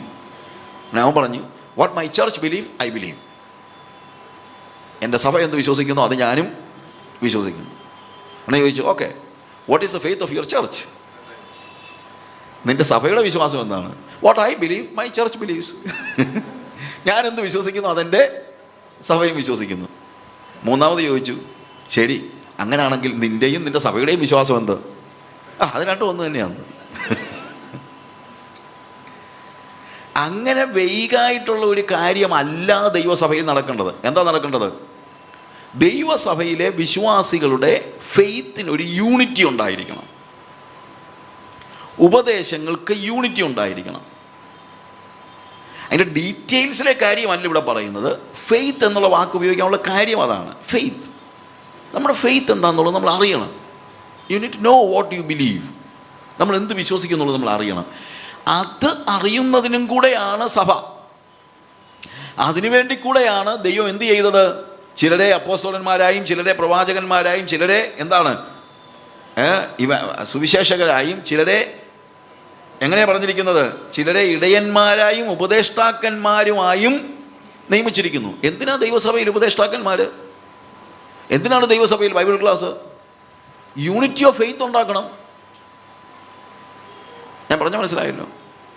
Unity of faith ഉണ്ടാകാനാണ് ഉപദേഷ്ടാക്കന്മാർ ആവശ്യമായി വന്നിരിക്കുന്നത്. ഇന്നിപ്പോൾ പല സഭകളിലും അങ്ങനെ ഒരു കാര്യമില്ല. വന്ന് പാട്ട് പാടിയേച്ച് തുള്ളിയേച്ച് പോകുന്നെന്നുള്ളതല്ല, അതൊരു പരിപാടിയില്ല. എന്ത് വിശ്വസിക്കുന്നു ചോദിച്ചു കഴിഞ്ഞാൽ അറിയത്തില്ല. എന്താ സഭയെന്ന് ചോദിച്ചു കഴിഞ്ഞാൽ പാട്ടാണ് സഭ എന്നാണ് പലരുടെയും ചിന്ത. ദൈവസഭ വെറും പാട്ടല്ല. ദൈവസഭ ഒരു പാട്ടുകൂട്ടമല്ല. പാട്ടുണ്ട് സഭയ്ക്കകത്ത്, സഭയിൽ പാട്ടുണ്ട്, പക്ഷേ സഭ ഒരു പാട്ടുകൂട്ടമല്ല. ഒരു ഡിസ്കോത്തേക്ക് പോയി ഡാൻസ് ചെയ്യുന്നത് പോലെ ഇവിടെ വന്ന് പാട്ട് പാടി കൈയടിച്ച് പോകുന്ന ഒരു സ്റ്റേജ് ഉണ്ടാകരുത്. അവിടെ കൃത്യമായിട്ട് ദൈവവചന അധിഷ്ഠിതമായി യൂണിറ്റി ഓഫ് ഫെയ്ത്ത് ഉണ്ടാകുവാൻ അവിടെയുള്ള സകല വിശ്വാസികൾക്കും അതുണ്ടാകാൻ. ചിലർക്ക് മാത്രം പോരാ, ഒരു സഭയിലെ സകല വിശ്വാസികൾക്കും യൂണിറ്റി ഓഫ് ഫെയ്ത്ത് ഉണ്ടാകാൻ അതിനുവേണ്ടിയാണ് ദൈവം സഭയെ ഈ ഒരു ഗ്രൂപ്പായിട്ട് നിർത്തിയിരിക്കുന്നത്. നമ്മൾ ഒരുമിച്ചാണ് പഠിക്കുന്നത്, നമ്മൾ ഒരുമിച്ച് പഠിക്കുകയാണ് ദൈവസഭയിൽ. അപ്പോൾ വിശ്വാസത്തിലും ദൈവപുത്രനെക്കുറിച്ചുള്ള പരിജ്ഞാനത്തിലുമുള്ള ഐക്യത, ദൈവപുത്രനെക്കുറിച്ചുള്ള പരിജ്ഞാനം, ദൈവസഭയിൽ ഉപദേശങ്ങൾ പഠിപ്പിക്കണം. അതേപോലെ തന്നെ പിന്നെന്താണ്? We need to know Jesus. യേശുവിനെ അറിയണം, യേശുവിൻ്റെ സ്നേഹം അറിയണം, യേശുവിൻ്റെ ബീയിങ്ങിനെ കുറിച്ച് അറിയണം, യേശു ആരാണെന്നുള്ളത് അറിയണം. ആ പരിജ്ഞാനത്തിനുമുള്ള ഐക്യത നമുക്ക് ആവശ്യമാണ്. അങ്ങനെ അത് നാം എല്ലാവരും വിശ്വാസത്തിലും ദൈവത്തിനെ കുറിച്ചുള്ള പരിജ്ഞാനത്തിലുള്ള ഐക്യതയും തികഞ്ഞ പുരുഷത്വവും, മെച്യൂരിറ്റിയിലേക്ക് നമ്മൾ വളരണം. തികഞ്ഞ പുരുഷത്വവും ക്രിസ്തുവിൻ്റെ സമ്പൂർണ്ണതയായ പ്രായത്തിൻ്റെ അളവും പ്രാപിക്കുവോളം വിശുദ്ധന്മാരുടെ യഥാസ്ഥാപനത്തിനുള്ള ശുശ്രൂഷയുടെ വേലയ്ക്കും ക്രിസ്തുവിൻ്റെ ശരീരത്തിൻ്റെ ആത്മീക വർധനയ്ക്കും വേണ്ടിയാണ് എഡിഫൈയിങ് ദ ചർച്ച്. എഡിഫിക്കേഷൻ നടക്കണം. ദൈവസഭയിൽ ആത്മീക വർധന ഉണ്ടാകണം. ദൈവസഭയിൽ ഞായറാഴ്ച വന്ന് അല്ലെങ്കിൽ ഏതെങ്കിലും ഒരു ദിവസം ദൈവസഭയിൽ വന്നിട്ട് നമ്മൾ തിരിച്ചു പോകുമ്പോൾ ആത്മീക വർധന പ്രാപിച്ചിട്ട് വേണം തിരിച്ചു പോകാൻ. സ്പിരിച്വൽ എഡിഫിക്കേഷൻ ഉണ്ടാകണം. നമ്മുടെ സോളിനെ മാത്രം സ്പർശിക്കുന്ന ഒരു സഭായോഗം ഉണ്ടാകരുത്.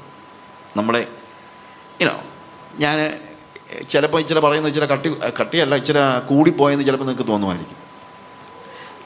പക്ഷെ സത്യം പറയാതിരിക്കാൻ പറ്റില്ല. എന്നു ചോദിച്ചു കഴിഞ്ഞാൽ, ഈ നമ്മൾ പാട്ട് പാടിക്കഴിഞ്ഞാൽ നമുക്കൊരു സുഖം ഉണ്ടാകും, തുള്ളിയാലും ഒരു സുഖം ഉണ്ടാകും. പക്ഷെ ആ സുഖമെന്ന് പറയുന്നത് നമ്മുടെ സോളിലാണ്, അല്ലാതെ നമ്മുടെ സ്പിരിറ്റിലാകണമെന്നില്ല. നമ്മുടെ എക്സേർഷനിലും എക്സ്റ്റസി എന്നൊക്കെ പറയുമ്പോൾ ഇങ്ങനെ പാടി പാടി പാടി ഒരു തുള്ളിയൊക്കെ അത് കഴിയുമ്പോഴത്തേക്ക് നമ്മൾ എന്തോ ആയി തുള്ളി തുള്ളി പലയിടത്തോട്ട് അങ്ങ് കയറി കയറി പോവുകയൊക്കെ ചെയ്യുമ്പോഴത്തേക്ക് ഈ തുള്ളുന്നോരിലൊക്കെ അവരുടെ എന്തിനകത്താണ് kind of what you say ദേഹി എന്നുള്ള വാക്കാണ് ഉപയോഗിച്ചിരിക്കുന്നത്. ദേഹി എന്ന് പറഞ്ഞു കഴിഞ്ഞാൽ സോളിൽ ഒരു ആനന്ദമുണ്ട്. ഈ സോളിലെ ആനന്ദം പക്ഷേ ദൈവസഭയിൽ മാത്രമല്ല, എരുമേലിൽ പേട്ട തുള്ളിയാലും ഈ സുഖമുണ്ട്. പക്ഷെ അവിടെ എന്ത് നടക്കുന്നില്ല? സ്പിരിച്വൽ എഡിഫിക്കേഷൻ നടക്കുന്നില്ല. അതായത് ദൈവസഭ പരിപോഷിപ്പിക്കുന്നത് നമ്മളുടെ സ്പിരിറ്റിനെയാണ്, അവിടെ ആത്മാവിനെയാണ്. അങ്ങനെ വരുമ്പോൾ ഒരാൾ തുള്ളുമായിരിക്കും, ഇല്ലെന്ന് ഞാൻ പറയുന്നില്ല. ഞാൻ തുള്ളുന്നതിന് പോലും എതിരല്ല, പിന്നെ എന്നോട് തുള്ളാൻ പറയരുതെന്നുള്ളതേ ഉള്ളൂ. അത് ചിലർ പെട്ടെന്ന് തുള്ളും, ചിലർ അങ്ങനെ അത്രയല്ല. ഞങ്ങളുടെ നാട്ടിലൊരു ചെറുക്കനുണ്ടായിരുന്നു. അവൻ ഈ ഇലക്ട്രിസിറ്റി അവനൊരു വിഷയമല്ല. 220 വോൾട്ട് കമ്പിയിൽ ഇവൻ തൊട്ട് നോക്കിയിട്ട് പറയും, ഇവിത്തെ തൊടണ്ട കേട്ടോ, ഇവിത്തെ കറണ്ട് ഉണ്ടെന്ന് പറയും. കറണ്ട് അടിക്കത്തില്ല അവന്. അപ്പോൾ 220 വോൾട്ടിൽ ഇവൻ തൊടും, പക്ഷേ നമ്മൾ തൊട്ടാൽ ഇവരോ തൊടും. കാര്യം അവൻ എന്തോ ഒരു പ്രതിഭാസമാണ്, അവൻ എന്ത് ചെയ്യത്തില്ല, കറണ്ട് അടിക്കത്തില്ല. കറണ്ട് അടിക്കും, അവനും അടിക്കുന്നുണ്ട്, അവനും അത് തൊട്ട് നോക്കുമ്പോൾ എന്തുണ്ട്, ഷോക്കുണ്ട്. പക്ഷേ അവനെ നമ്മൾ ഉദ്ദേശിക്കുന്ന പോലെ കറണ്ട് അടിച്ച് ആകുന്നൊന്നുമില്ല. അപ്പോൾ അവന് 220 വോൾട്ട് തൊട്ടാലും വലിയ കുഴപ്പമില്ല. പക്ഷേ 6 വോൾട്ട് ബാറ്ററിയുടെ കറണ്ട് അടിച്ചാൽ നിലത്ത് അടിച്ച് താഴെ വീഴുന്ന ആളുകളും ഉണ്ട്. ഇത് രണ്ടും ദൈവസഭയിലും ഉണ്ട്. ചിലർക്ക് 6 വോൾട്ട് ബാറ്ററി മതി, എന്ത് ചെയ്യും, എടുത്തടിച്ച് താഴെ വീഴും.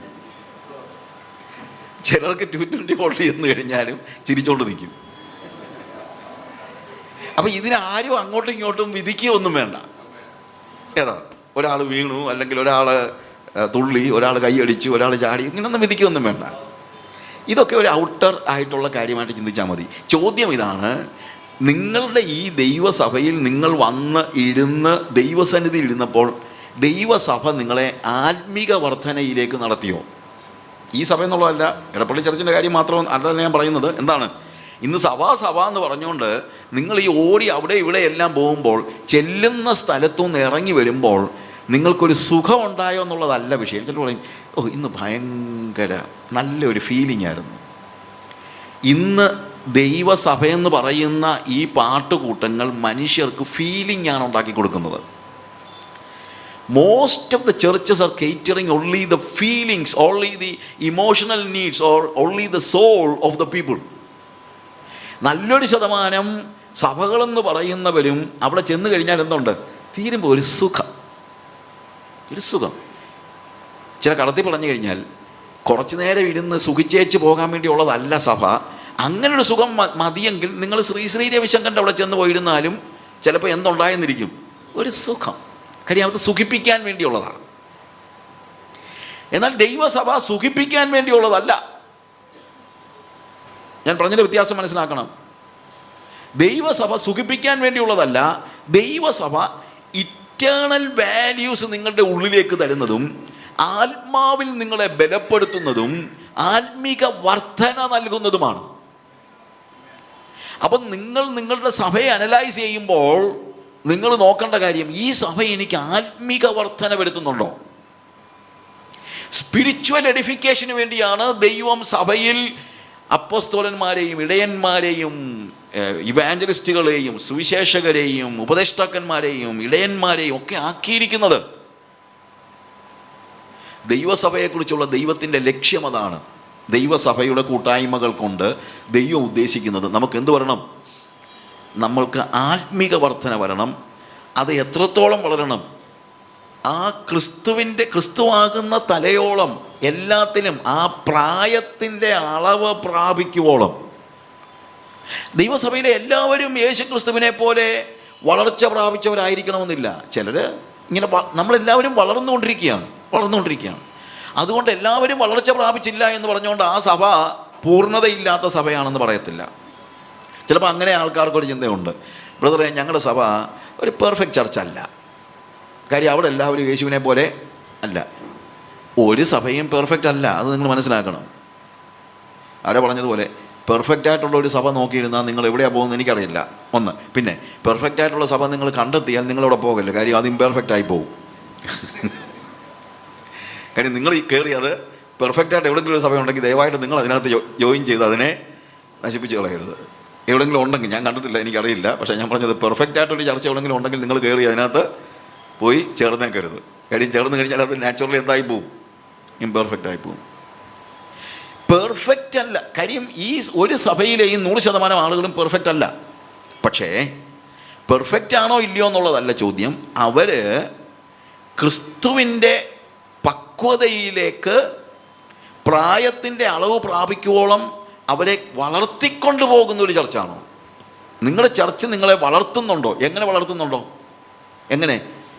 സ്പിരിച്വൽ എഡിഫിക്കേഷൻ നടക്കുന്നുണ്ടോ?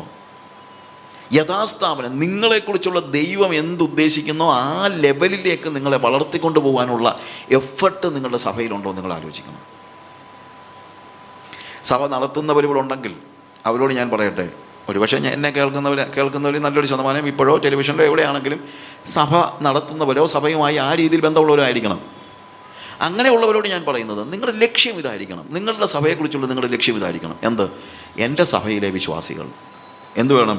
പ്രായത്തിൻ്റെ അളവ്, അവിടെ ഉപയോഗിച്ചിരിക്കുന്ന ആ വാക്കും അതാണ്. എന്താ? ക്രിസ്തുവിൻ്റെ സമ്പൂർണതയായ പ്രായത്തിൻ്റെ അളവ് പ്രാപിക്കുവോളം അവരെ വളർത്തിക്കൊണ്ട് വരണം. വിശുദ്ധന്മാരുടെ യഥാസ്ഥാനത്തിനായുള്ള ശുശ്രൂഷയുടെ വേലയ്ക്കും ക്രിസ്തുവിൻ്റെ ശരീരത്തിൻ്റെ ആത്മീക വർധനയ്ക്കും അതിനുവേണ്ടിയാണ് ഈ സഭ വളരേണ്ടത് എന്നുള്ളത് നിങ്ങൾ മനസ്സിലാക്കണം.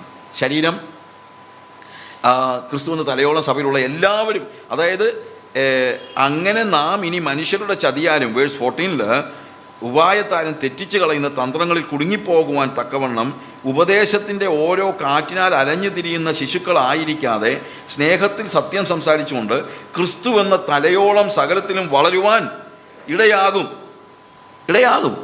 അതിനാ ചർച്ച്, അതിനാണ് ദൈവം ചർച്ചിനെ ഉണ്ടാക്കിയിരിക്കുന്നത് എന്ന് നമ്മൾ മനസ്സിലാക്കണം. തലയും ശരീരവും തമ്മിലുള്ളൊരു ബന്ധമാണ് ഇവിടെ പറയുന്നത്, ഇല്ലേ? 25 അതേ അധ്യായത്തിൻ്റെ തന്നെ 24 അധ്യായത്തിൻ്റെ 25 മുതലുള്ള വാക്യങ്ങൾ വായിക്കുമ്പോൾ അതാണ് അടുത്തതായിട്ട് നമ്മൾ വരുന്നത്. അവിടെ ഈ സഭയ്ക്ക് ഇതുവരെ നമ്മൾ പറഞ്ഞത് സഭയും ദൈവവും തമ്മിലുള്ള ആ റിലേഷനെ കുറിച്ചാണെങ്കിൽ, പിന്നീട് നമ്മളിനി മനസ്സിലാക്കേണ്ട അതിൻ്റെ അടുത്ത സ്റ്റെപ്പ് എന്ന് പറയുന്നത് എന്താണെന്ന് ചോദിച്ചാൽ, ഈ സഭയ്ക്കുള്ളിലുള്ള വിശ്വാസികൾ തമ്മിലുള്ള ബന്ധം. അതായത് നമ്മൾ ഈ ഓരോ ബന്ധങ്ങൾ ഇങ്ങനെ പറഞ്ഞു പോവുകയാണ്. ആദ്യം എന്താ പറഞ്ഞത്? മനുഷ്യനും ദൈവവുമായിട്ടുള്ള ബന്ധം, മനുഷ്യനുമായിട്ടുള്ള ബന്ധം, ദൈവവും സഭയുമായിട്ടുള്ള ബന്ധം, ദൈവസഭയിലെ ആത്മീക ആ ഓഫീസസ് ദൈവം കൊടുത്തിരിക്കുന്നത് എന്തിനു വേണ്ടിയാണെന്ന്, അതായത് ദൈവത്തിൻ്റെ സഭയെക്കുറിച്ചുള്ള ലക്ഷ്യം എന്താണ്, എന്തിനു വേണ്ടിയാണ് ഇങ്ങനെ ദൈവം സഭയെ ഈ നിലയിലാക്കിയിരിക്കുന്നത്, അല്ലെങ്കിൽ ഈ സഭയെ ഇങ്ങനെ ഡിസൈൻ ചെയ്തിരിക്കുന്നത്, ഭൂമിയിൽ എന്തിനു വേണ്ടിയാണ് ഡിസൈൻ ചെയ്തിരിക്കുന്നത്. ഇനി അടുത്തത് ഈ സഭയ്ക്കകത്തുള്ള വ്യക്തികൾ തമ്മിലുള്ള ബന്ധം. സഭയ്ക്കകത്തുള്ള വ്യക്തികൾ തമ്മിലുള്ള ബന്ധവും ഇതുപോലെ തന്നെ എന്താണ്?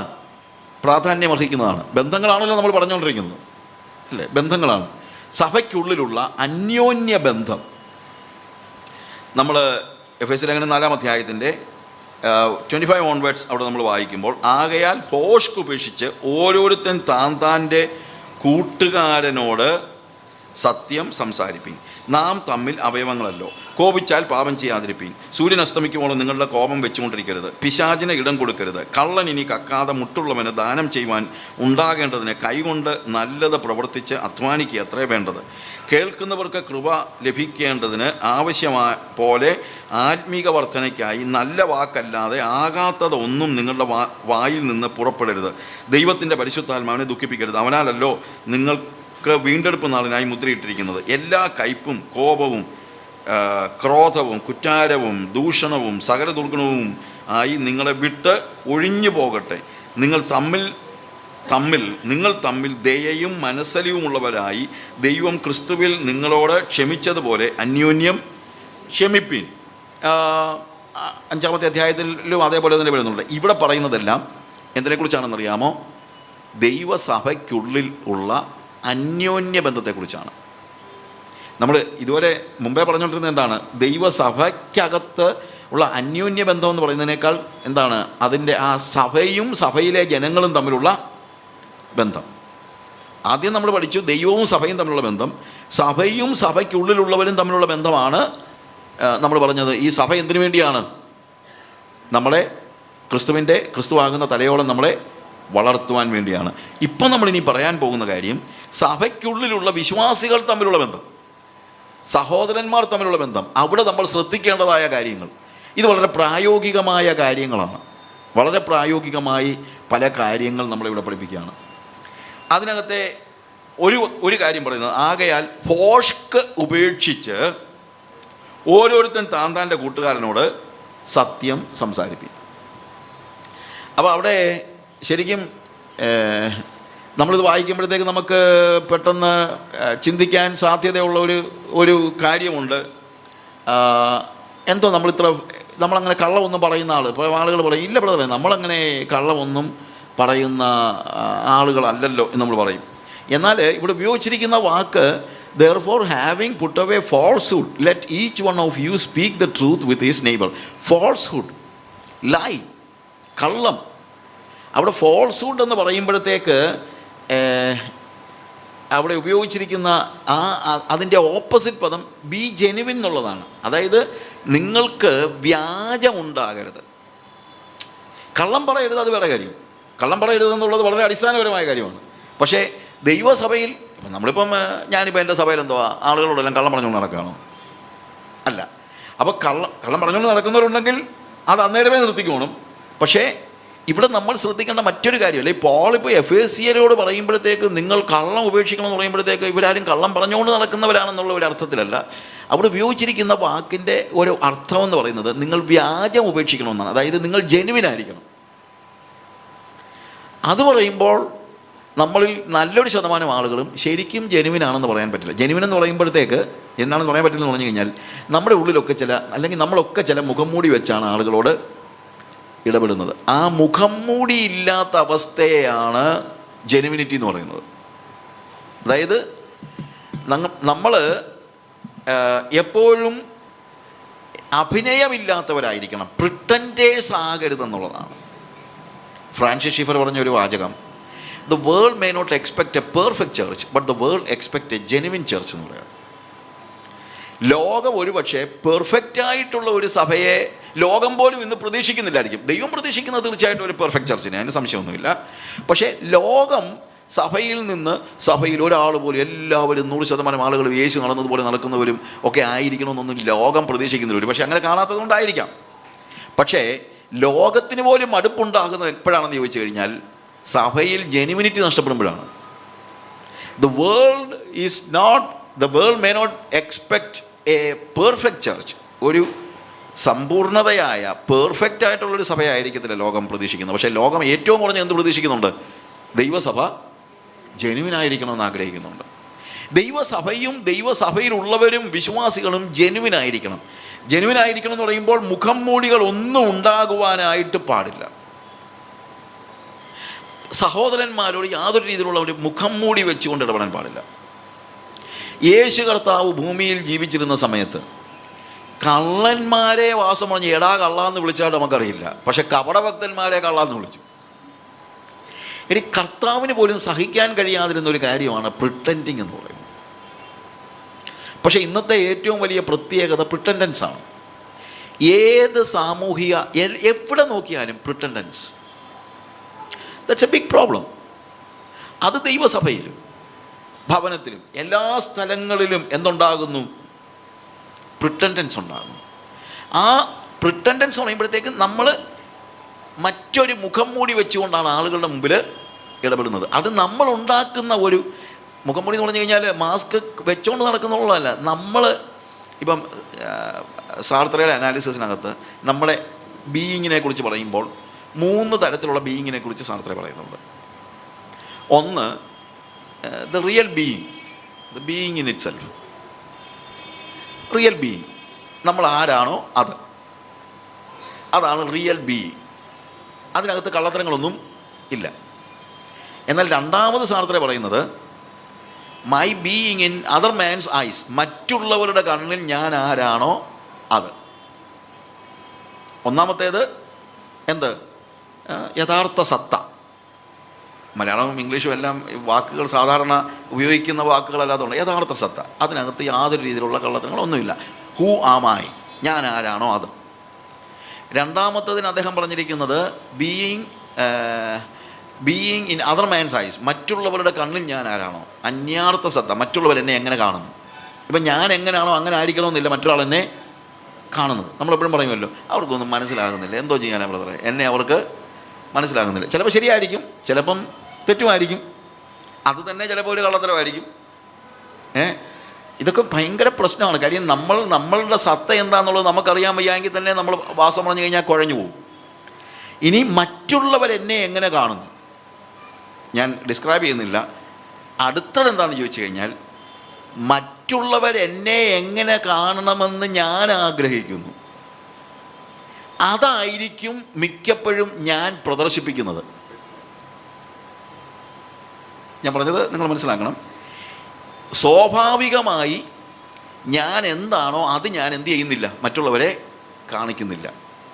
രണ്ടാമത്, മറ്റുള്ളവരെന്നെ എങ്ങനെ കാണുന്നു എന്നുള്ളത് ഞാൻ ചിന്തിക്കുന്നുണ്ടായിരിക്കും, പക്ഷേ അങ്ങനെയും ഞാൻ എന്നെ തന്നെ പ്രദർശിപ്പിക്കുവാൻ ആഗ്രഹിക്കുന്നില്ല. ഞാൻ പ്രദർശിപ്പിക്കുന്നത് എപ്പോഴും എങ്ങനെ ആയിരിക്കും എന്നറിയാമോ? മറ്റുള്ളവരെന്നെ എങ്ങനെ കാണണമെന്ന് ഞാൻ ആഗ്രഹിക്കുന്നോ ആ മുഖം മൂടിയാണ് ഞാൻ എപ്പോഴും എൻ്റെ മുഖത്തിന് മുകളിൽ വെക്കുന്നത്. മറ്റുള്ളവരെ ഞാൻ പ്രാർത്ഥിക്കുന്ന ആളാണെന്ന് ചിന്തിക്കണമെങ്കിൽ എപ്പോഴും ഞാനിങ്ങനെ പ്രാർത്ഥനയെക്കുറിച്ചും മറ്റുള്ള കാര്യങ്ങളെക്കുറിച്ചൊക്കെ സംസാരിക്കും. സിസ്റ്റർ, ഇന്നലെ രാത്രി ഞാൻ പ്രാർത്ഥിച്ചുകൊണ്ടിരുന്നപ്പോഴത്തേക്ക് ഒത്തിരി സമയമായി, ഒരു 5-6 മണിക്കൂർ ഞാനിങ്ങനെ പ്രാർത്ഥിച്ചുകൊണ്ടിരിക്കുകയായിരുന്നു. ഒരു 6-7 മണിക്കൂറായപ്പോൾ ദൈവം എനിക്ക് ഇതൊക്കെ ഇങ്ങനെ പറഞ്ഞുകൊണ്ടിരിക്കും. എന്നു ചോദിച്ചു കഴിഞ്ഞാൽ, സഹോദരി മനസ്സിലാക്കണം, എന്താ ഞാൻ പ്രാർത്ഥിക്കുന്ന ആളാണെന്ന്. അല്ലാതെ പ്രത്യേകിച്ച് ഇത് പറയാൻ ആവശ്യമുണ്ടായിട്ടൊന്നുമല്ല. എന്നാലും ഞാനൊരു പ്രാർത്ഥനക്കാരിയാണെന്ന് മറ്റുള്ളവർ മനസ്സിലാക്കണമെന്ന് എനിക്ക് ആഗ്രഹമുണ്ടെങ്കിൽ ഞാനൊരു മുഖംമൂടി വെക്കും, ഒരു പ്രാർത്ഥനക്കാരിയുടെ മുഖംമൂടി വെക്കും. പോളിവിടെ പറയാണ്, എടുത്ത് കളയാ മുഖംമൂടി, നീ ആരാണോ അത് കാണീര്. സഹോദരനോട് വ്യാജം കാണിക്കരുത്. അന്യോന്യ ബന്ധത്തിൽ അടിസ്ഥാനപരമായി നമ്മൾ ആലോചിക്കേണ്ട കാര്യം, നമ്മൾ ചിന്തിക്കേണ്ട കാര്യം, നമ്മൾ ഓർത്തിരിക്കേണ്ട കാര്യം, ഞാൻ വ്യാജം കാണിക്കുന്ന വ്യക്തിയാകരുത്, അഭിനയിക്കരുത്. ഇതിനെ ദൈവത്തിൻ്റെ പരിശുദ്ധാത്മാവ് എടുത്തു കളയുന്നത് നമുക്ക് തിരിച്ചറിയാൻ കഴിയണം.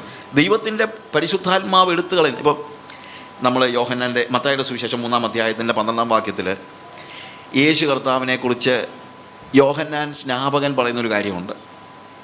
അവൻ അല്ലെങ്കിൽ അവൻ നിങ്ങളെ പരിശുദ്ധാത്മാവിലും അഗ്നിയിൽ സ്നാനം കഴിപ്പിക്കും, വീശുമുറം അവൻ്റെ കയ്യിൽ ഉണ്ട്. നമ്മുടെ ഇപ്പോഴത്തെ പിള്ളേർക്ക് ഈ വീശുമുറം എന്നാണെന്നൊന്നും അറിയത്തൊന്നുമില്ല.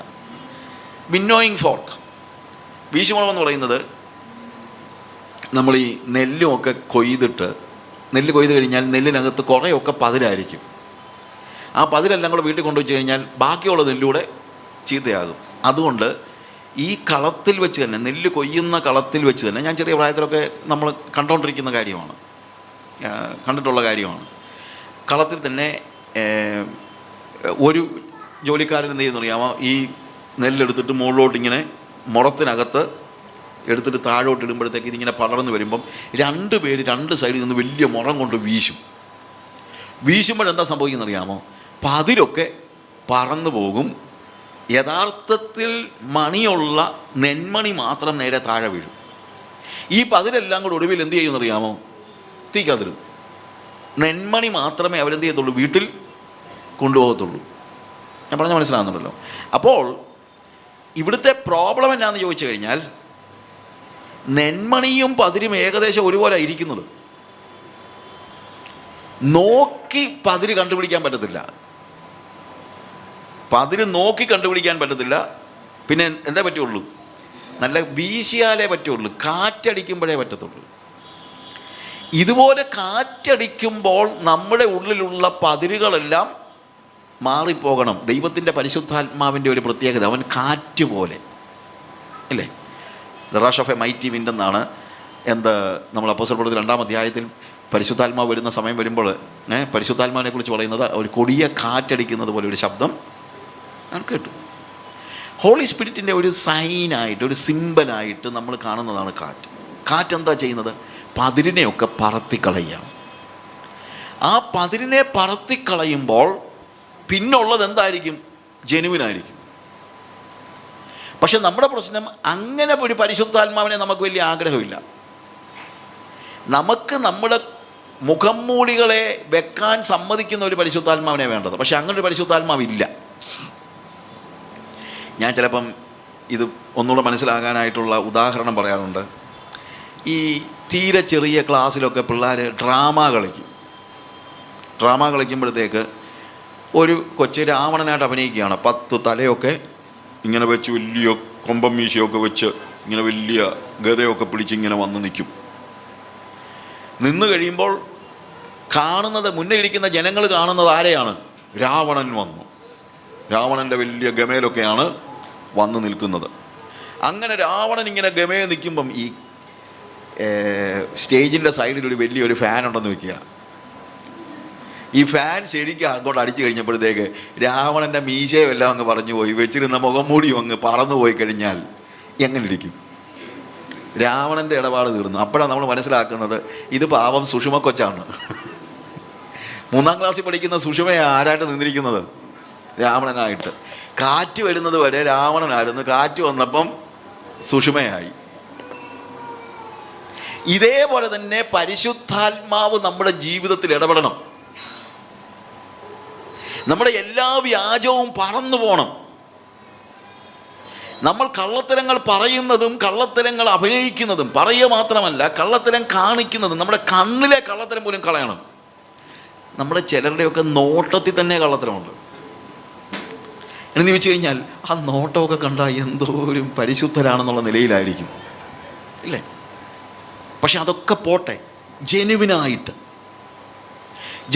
പറഞ്ഞു കഴിഞ്ഞാൽ നമ്മൾ ആരാണോ അത് മറ്റുള്ളവരെ കാണിക്കുന്നതാണ് ശരിക്കും പറഞ്ഞാൽ ജെനുവിനിറ്റി എന്ന് പറയുന്നത്. അപ്പോൾ നമ്മൾ മനസ്സിലാക്കണം അതിൻ്റെ അർത്ഥം. ചിലപ്പോൾ ചില ആളുകൾ പറയും, ഞാനിങ്ങനാടാ എന്ന് പറഞ്ഞ് മോശമായി ജീവിച്ചിട്ട് അവനും മോശമായ ആളുകളും പലരും ജെനുവിനാണ്. ആ ജെനുവിനിറ്റി അല്ല ഇവിടുത്തെ പറയുന്നത്. നമ്മളതുകൊണ്ട് നമ്മുടെ അഹങ്കാരവും ഞാൻ അഹങ്കാരിയാണ് അതിന് നിനക്കെന്നാ എന്ന് ചോദിക്കുന്ന ഒരവസ്ഥയല്ല ഇവിടെ. പ്രത്യേകത എന്താണ്? മറ്റുള്ളവർക്ക് ഇവിടെ പറയുന്ന കാര്യം ഇതാണ്: നിങ്ങൾ സഹോദരനോട് എന്ത് ചെയ്യാൻ പാടില്ല? വ്യാജം ആകയാൽ ഭോഷ്ക് ഉപേക്ഷിച്ച് ഓരോരുത്തൻ തൻ്റെ കൂട്ടുകാരനോട് സത്യം സംസാരിപ്പീൻ. അപ്പോൾ ഞാൻ ദൈവസഭയിലെ എൻ്റെ സഹോദരനോട് ജെനുവിനാണെന്ന് പറഞ്ഞ് വേറൊരു ഇത് കാണിക്കാനുമല്ല, വഴക്കുണ്ടാക്കാനുമല്ല. അപ്പോഴും നമ്മൾ തെറ്റാണ് കാണിക്കുന്നത്. പക്ഷേ വ്യാജം കാണിക്കുന്നതിനേക്കാൾ നല്ലതാണ് ജെനുവിനാകുന്നത്. പക്ഷേ നമ്മൾ ആകുന്ന സമയത്ത് മോശമാകാനും പാടില്ല. നമ്മുടെ മുഖം മൂടി പറന്നു പോകുമ്പോൾ നമ്മൾ ലജ്ജിതരായി പോകരുത്. പണ്ട് പെപ്സിയുടെയാണെന്ന് തോന്നുന്നു ഒരു പരസ്യം ടി വിയിൽ ഇങ്ങനെ വരുമായിരുന്നു. പിള്ളേരെല്ലാം കൂടെ സച്ചിൻ തെണ്ടുൽക്കറിൻ്റെ മുഖം മൂടിയും വെച്ചുകൊണ്ട് ഇങ്ങനെ ഓടിക്കളിക്കുക. അപ്പോൾ അങ്ങനെ ഓടിക്കളിച്ച് ഇങ്ങനെ നടക്കുന്ന കൂട്ടത്തിൽ ഒരു പെപ്സിക്കാരൻ വന്നപ്പം പിള്ളേരെല്ലാം എന്ത് ചെയ്യാമെന്നറിയാമോ? അപ്പം ഈ സച്ചിൻ്റെ മുഖം മൂടിയാണെങ്കിലും ഒറിജിനൽ സച്ചിൻ്റെ അത്രയും സൗന്ദര്യത്തിലൊന്നും അല്ലല്ലോ, മുഖം മൂടി വേറെയാണല്ലോ. ഏതാണ്ട് സച്ചിനെ പോലെയൊക്കെ വരച്ച് വെച്ച മുഖം മൂടി. അപ്പോൾ പലരും, എല്ലാ പിള്ളേരുടെയും തലയിലിരിക്കുന്ന മുഖം മൂടി എന്താണ്? മുഖത്ത് വെച്ചിരിക്കുന്നത് സച്ചിൻ്റെ മുഖമാണ്. അപ്പോൾ എല്ലാവരും സച്ചിനാണെന്നുള്ള നിലയിലാണ് നിൽക്കുന്നതൊക്കെ. പക്ഷേ പെപ്സി കണ്ടപ്പോഴത്തേക്ക് എല്ലാവർക്കും മുഖം മൂടി മുകളിലോട്ട് പൊക്കിയിട്ട് കുടിക്കാൻ നോക്കിയപ്പോഴാണ് മനസ്സിലാകുന്നത് ഇത് സച്ചിനൊന്നുമല്ല, ഇത് സുനിലാണ്, ഇത് രാജുവാണ് എന്നൊക്കെ മനസ്സിലാകുന്നത് എപ്പോഴാണ്? മുഖം മൂടി മാറ്റിയപ്പോഴാണ്. അങ്ങനെ സുനിലും രാജുവും എല്ലാം കൂടെ മുഖം മൂടി മാറ്റി കുടിച്ചപ്പോൾ ഒരാൾ മുഖം മൂടി മാറ്റിയപ്പോൾ ആ ടി വിയുടെ പരസ്യത്തിനകത്ത് അതാര് തന്നെയായിരുന്നു? സച്ചിൻ തന്നെ. മുഖം മൂടി മാറ്റിയപ്പോൾ മുഖം മൂടിയേക്കാൾ മനോഹരമായ ഒരു ഒറിജിനൽ സച്ചിനെ നമുക്ക് കാണാൻ കഴിയുന്നു. ഇതുപോലെ പരിശുദ്ധാത്മാവിൻ്റെ കാറ്റടിച്ച് നമ്മളുടെ മുഖം മൂടി പോയാൽ അതിനേക്കാൾ ആത്മീയത മറ്റുള്ളവർക്ക് കാണുവാൻ കഴിയത്തക്ക രീതിയിൽ സ്പിരിച്വലായിരിക്കണം നമ്മൾ. അതായത് എൻ്റെ എല്ലാ ഇൻജെന്യുവിനിറ്റി അല്ലെങ്കിൽ എൻ്റെ മുഖം മൂടി ഇല്ലാതെ വരുമ്പോൾ, പലരുടെയും മുഖം മൂടി മാറിക്കഴിഞ്ഞാൽ അവർ ലജ്ജിതരാകേണ്ടി വരും, അല്ലേ? പക്ഷേ ലജ്ജിക്കുവാനുള്ള ഒരു സ്റ്റേജ് അല്ല. പ്രത്യുത വ്യാജം കാണിക്കാതെ, യാതൊരു രീതിയിലുള്ള വ്യാജ അനുഭവങ്ങളുമില്ലാതെ മറ്റുള്ളവരുടെ മുമ്പിൽ നമ്മൾ പ്രദർശിപ്പിക്കപ്പെടേണ്ടി വരുമ്പോൾ ഒറിജിനലായിട്ട് തന്നെ പ്രദർശിപ്പിക്കുക. ഒറിജിനലായിട്ട് തന്നെ, യാതൊരു രീതിയിലുള്ള പ്രിറ്റൻഡൻസ് ഇല്ലാതെ ഇരിക്കുക എന്നുള്ളതാണ് നമ്മൾ മനസ്സിലാക്കേണ്ടത്. ഇന്നത്തെ ഒരു പ്രശ്നം എല്ലാ സ്ഥലങ്ങളിലും പ്രിറ്റൻഡൻസ് ഉണ്ടാകുന്നുള്ളതാണ്. അത് ഞാൻ മുമ്പേ പറഞ്ഞല്ലോ, നെന്മണിയും പതിരും തമ്മിലുള്ള വ്യത്യാസം. അതിൻ്റെ പ്രോബ്ലം എന്നാന്ന് ചോദിച്ചു കഴിഞ്ഞാൽ, ഒരു പതിരും ദൂരെ നിന്ന് കണ്ടു കഴിഞ്ഞാൽ ഇതിനകത്ത് എന്തെങ്കിലും ഉണ്ടോ ഇല്ലയോ എന്നുള്ളത് നമുക്കറിയില്ല.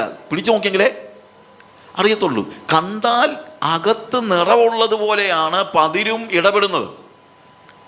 ഈ ആത്മീയ മണ്ഡലത്തിലുള്ള പല ആളുകളുടെയും പെർഫോമൻസ് കണ്ടു കഴിഞ്ഞാൽ ഇതൊക്കെ ഭയങ്കര ജെനുവിനാണ്, നമ്മളങ്ങ് ചിന്തിച്ചു പോകും.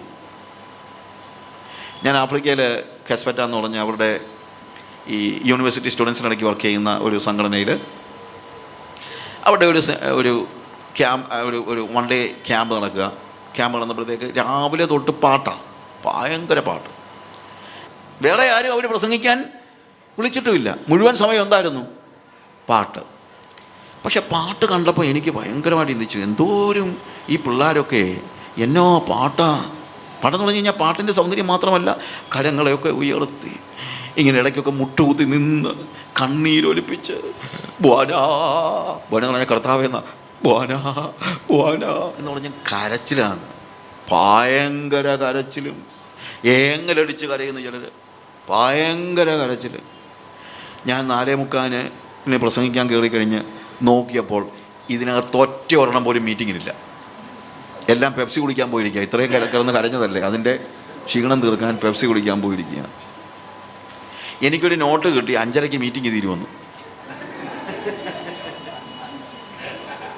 ഞാൻ 5:25 ആയപ്പോൾ പ്രസംഗം നിർത്തി. യൂണിവേഴ്സിറ്റി സ്റ്റുഡൻസാണ്. അപ്പം ഞാൻ ചിന്തിച്ച് ഇവരൊക്കെ വീട്ടിൽ പോയി കാണുമെന്ന്. ഞാൻ മീറ്റിംഗ് പ്രസംഗിച്ച് നിർത്തുകയും പാട്ടുകാരെല്ലാം അതേപോലെ തന്നെ അവിടെ പ്രത്യക്ഷരായിട്ടുണ്ട്. പിന്നെയും തുടങ്ങി. പക്ഷെ സത്യം എന്നറിയാമോ, ഈ കരച്ചിൽ ഇന്നലെ അവർ പ്രാക്ടീസ് ചെയ്ത് വെച്ചതാ. I'm not joking. ഞാൻ ഇവരുടെ ഈ പ്രാക്ടീസിങ് സെഷനൊക്കെ അവിടുത്തെ ആഫ്രിക്കയിലെ പല ചർച്ചസിനും ഈ പ്രാക്ടീസ് ശനിയാഴ്ച വൈകുന്നേരം ഇവർക്കെല്ലാം പിറ്റേ ദിവസത്തെ കൊയർ പ്രാക്ടീസ് ചെയ്യുന്നുണ്ട്. ഈ കൊയറിൻ്റെ പ്രാക്ടീസിനും ഇതേ സ്ഥലത്ത് ഇതേ സമയത്ത് തന്നെ ഇവർ കരയും. കാര്യം എപ്പോഴൊക്കെ കരയണമെന്നും എപ്പോൾ മുട്ടുകുത്തണമെന്നും എപ്പോഴൊക്കെ ഏങ്ങലടിക്കണമെന്നും ഇവർ പ്രാക്ടീസ് ചെയ്ത് വെച്ചിട്ടുണ്ട്. I'm not joking. കാര്യം ഇത് പെർഫോമൻസാണ്. ഒരുപക്ഷെ ഹിൽ സോങ്സ് പാടിയ പാട്ടുമല്ലോ ആയിരിക്കും ഇവർ പാടുന്നത്. ഹിൽ സോങ്സിൽ പാടുന്നവൻ എപ്പോൾ കണ്ണ് തുടച്ചോ അന്നേരം ഇവനും കണ്ണ് തുടയ്ക്കും. ഹിൽ സോങ്സിൽ പാടിയവനെങ്ങാണോ അറിയാതെ മുട്ടുകുത്തിയെങ്കിൽ അവനും ഈ സമയത്ത് മുട്ടുകുത്തും. അതുപോലെ ആക്ട് ചെയ്യാണ്. പ്രിട്ടൻറ്റേഴ്സ്. ഇത് ശരിക്കും പ്രാക്ടീസ് ചെയ്ത് വെച്ചിരിക്കുന്നതായ പ്രിട്ടൻറ്റിങ്. ഇതെല്ലാം ഇന്ന് പലപ്പോഴും നമ്മൾ കാണുന്ന ദൈവസഭയിലേതെന്ന് പറയുന്ന സംഘടനകളിലും സംഘങ്ങളിലും മീറ്റിങ്ങുകളിലും കാണുന്ന ഈ പെർഫോമൻസ്. പാട്ടുകാരെ മാത്രം പറയണ്ട, എത്രയോ പ്രസംഗകർ ഫോറിൻ പ്രീച്ചേഴ്സിൻ്റെ ഒക്കെ മെസ്സേജസ് വീഡിയോയിലിട്ട് അവർ കൈ ഉയർത്തുന്നത് പോലെ കൈ ഉയർത്തിയും അവർ നടക്കുന്നത് പോലെ നടന്നും അവർ തലയാട്ടുന്നത് പോലെ തലയാട്ടിയും പഠിച്ചു വെച്ച് കയറി നിൽക്കുന്ന പാർട്ടികളുണ്ട്.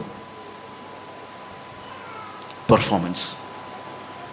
ദൈവം ഏറ്റവും കൂടുതൽ വെറുക്കുന്നത് അതാണ്, പെർഫോമൻസ്. പണ്ട് ഞാനിങ്ങനെ ഒരു സ്റ്റോറിയല്ല, നടന്ന ഒരു കാര്യമാണ്. പഴയ കാലത്തെ ഒരു വളരെ അറിയപ്പെടുന്ന ഒരു പ്രസംഗകനുണ്ടായിരുന്നു. അദ്ദേഹം എപ്പോൾ എവിടെ പ്രസംഗിച്ചു കഴിഞ്ഞാലും ക്രൂശിനെ കുറിച്ച് പ്രസംഗം നിർത്തത്തുള്ളൂ.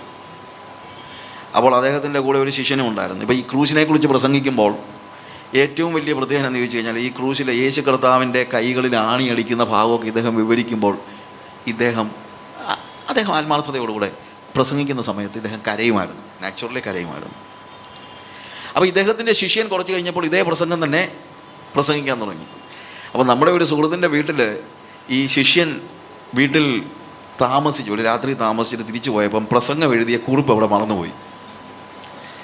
അപ്പം നമ്മുടെ കൂട്ടുകാരൻ ഈ കുറിപ്പെടുത്ത് നോക്കിയപ്പോഴത്തേക്ക് ഈ പ്രസംഗം അതുപോലെ എഴുതി വെച്ചിരിക്കുന്നുള്ളത് പോട്ടെ, എന്നിട്ട് ഈ ക്രൂശിനെ കുറിച്ച് ഡിസ്ക്രൈബ് ചെയ്യുന്ന കരങ്ങളിൽ ആണിയടിക്കുന്ന ഭാഗം എഴുതിൻ്റെ താഴെ ബ്രാക്കറ്റിൽ എഴുതി വെച്ചിരിക്കുക, ഇവിടെ കരയുക.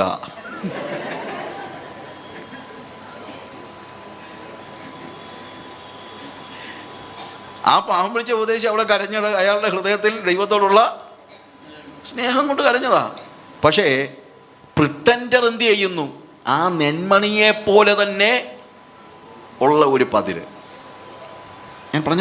ഞാൻ ഇതൊക്കെ തമാശയായിട്ട് നമുക്ക് തോന്നുമെങ്കിലും വാസ്തവം പറഞ്ഞു കഴിഞ്ഞാൽ ഇതൊക്കെ അല്ലേ ഇന്ന് സംഭവിക്കുന്നത് എന്ന് നമ്മൾ ചോദിക്കുകയാണ്.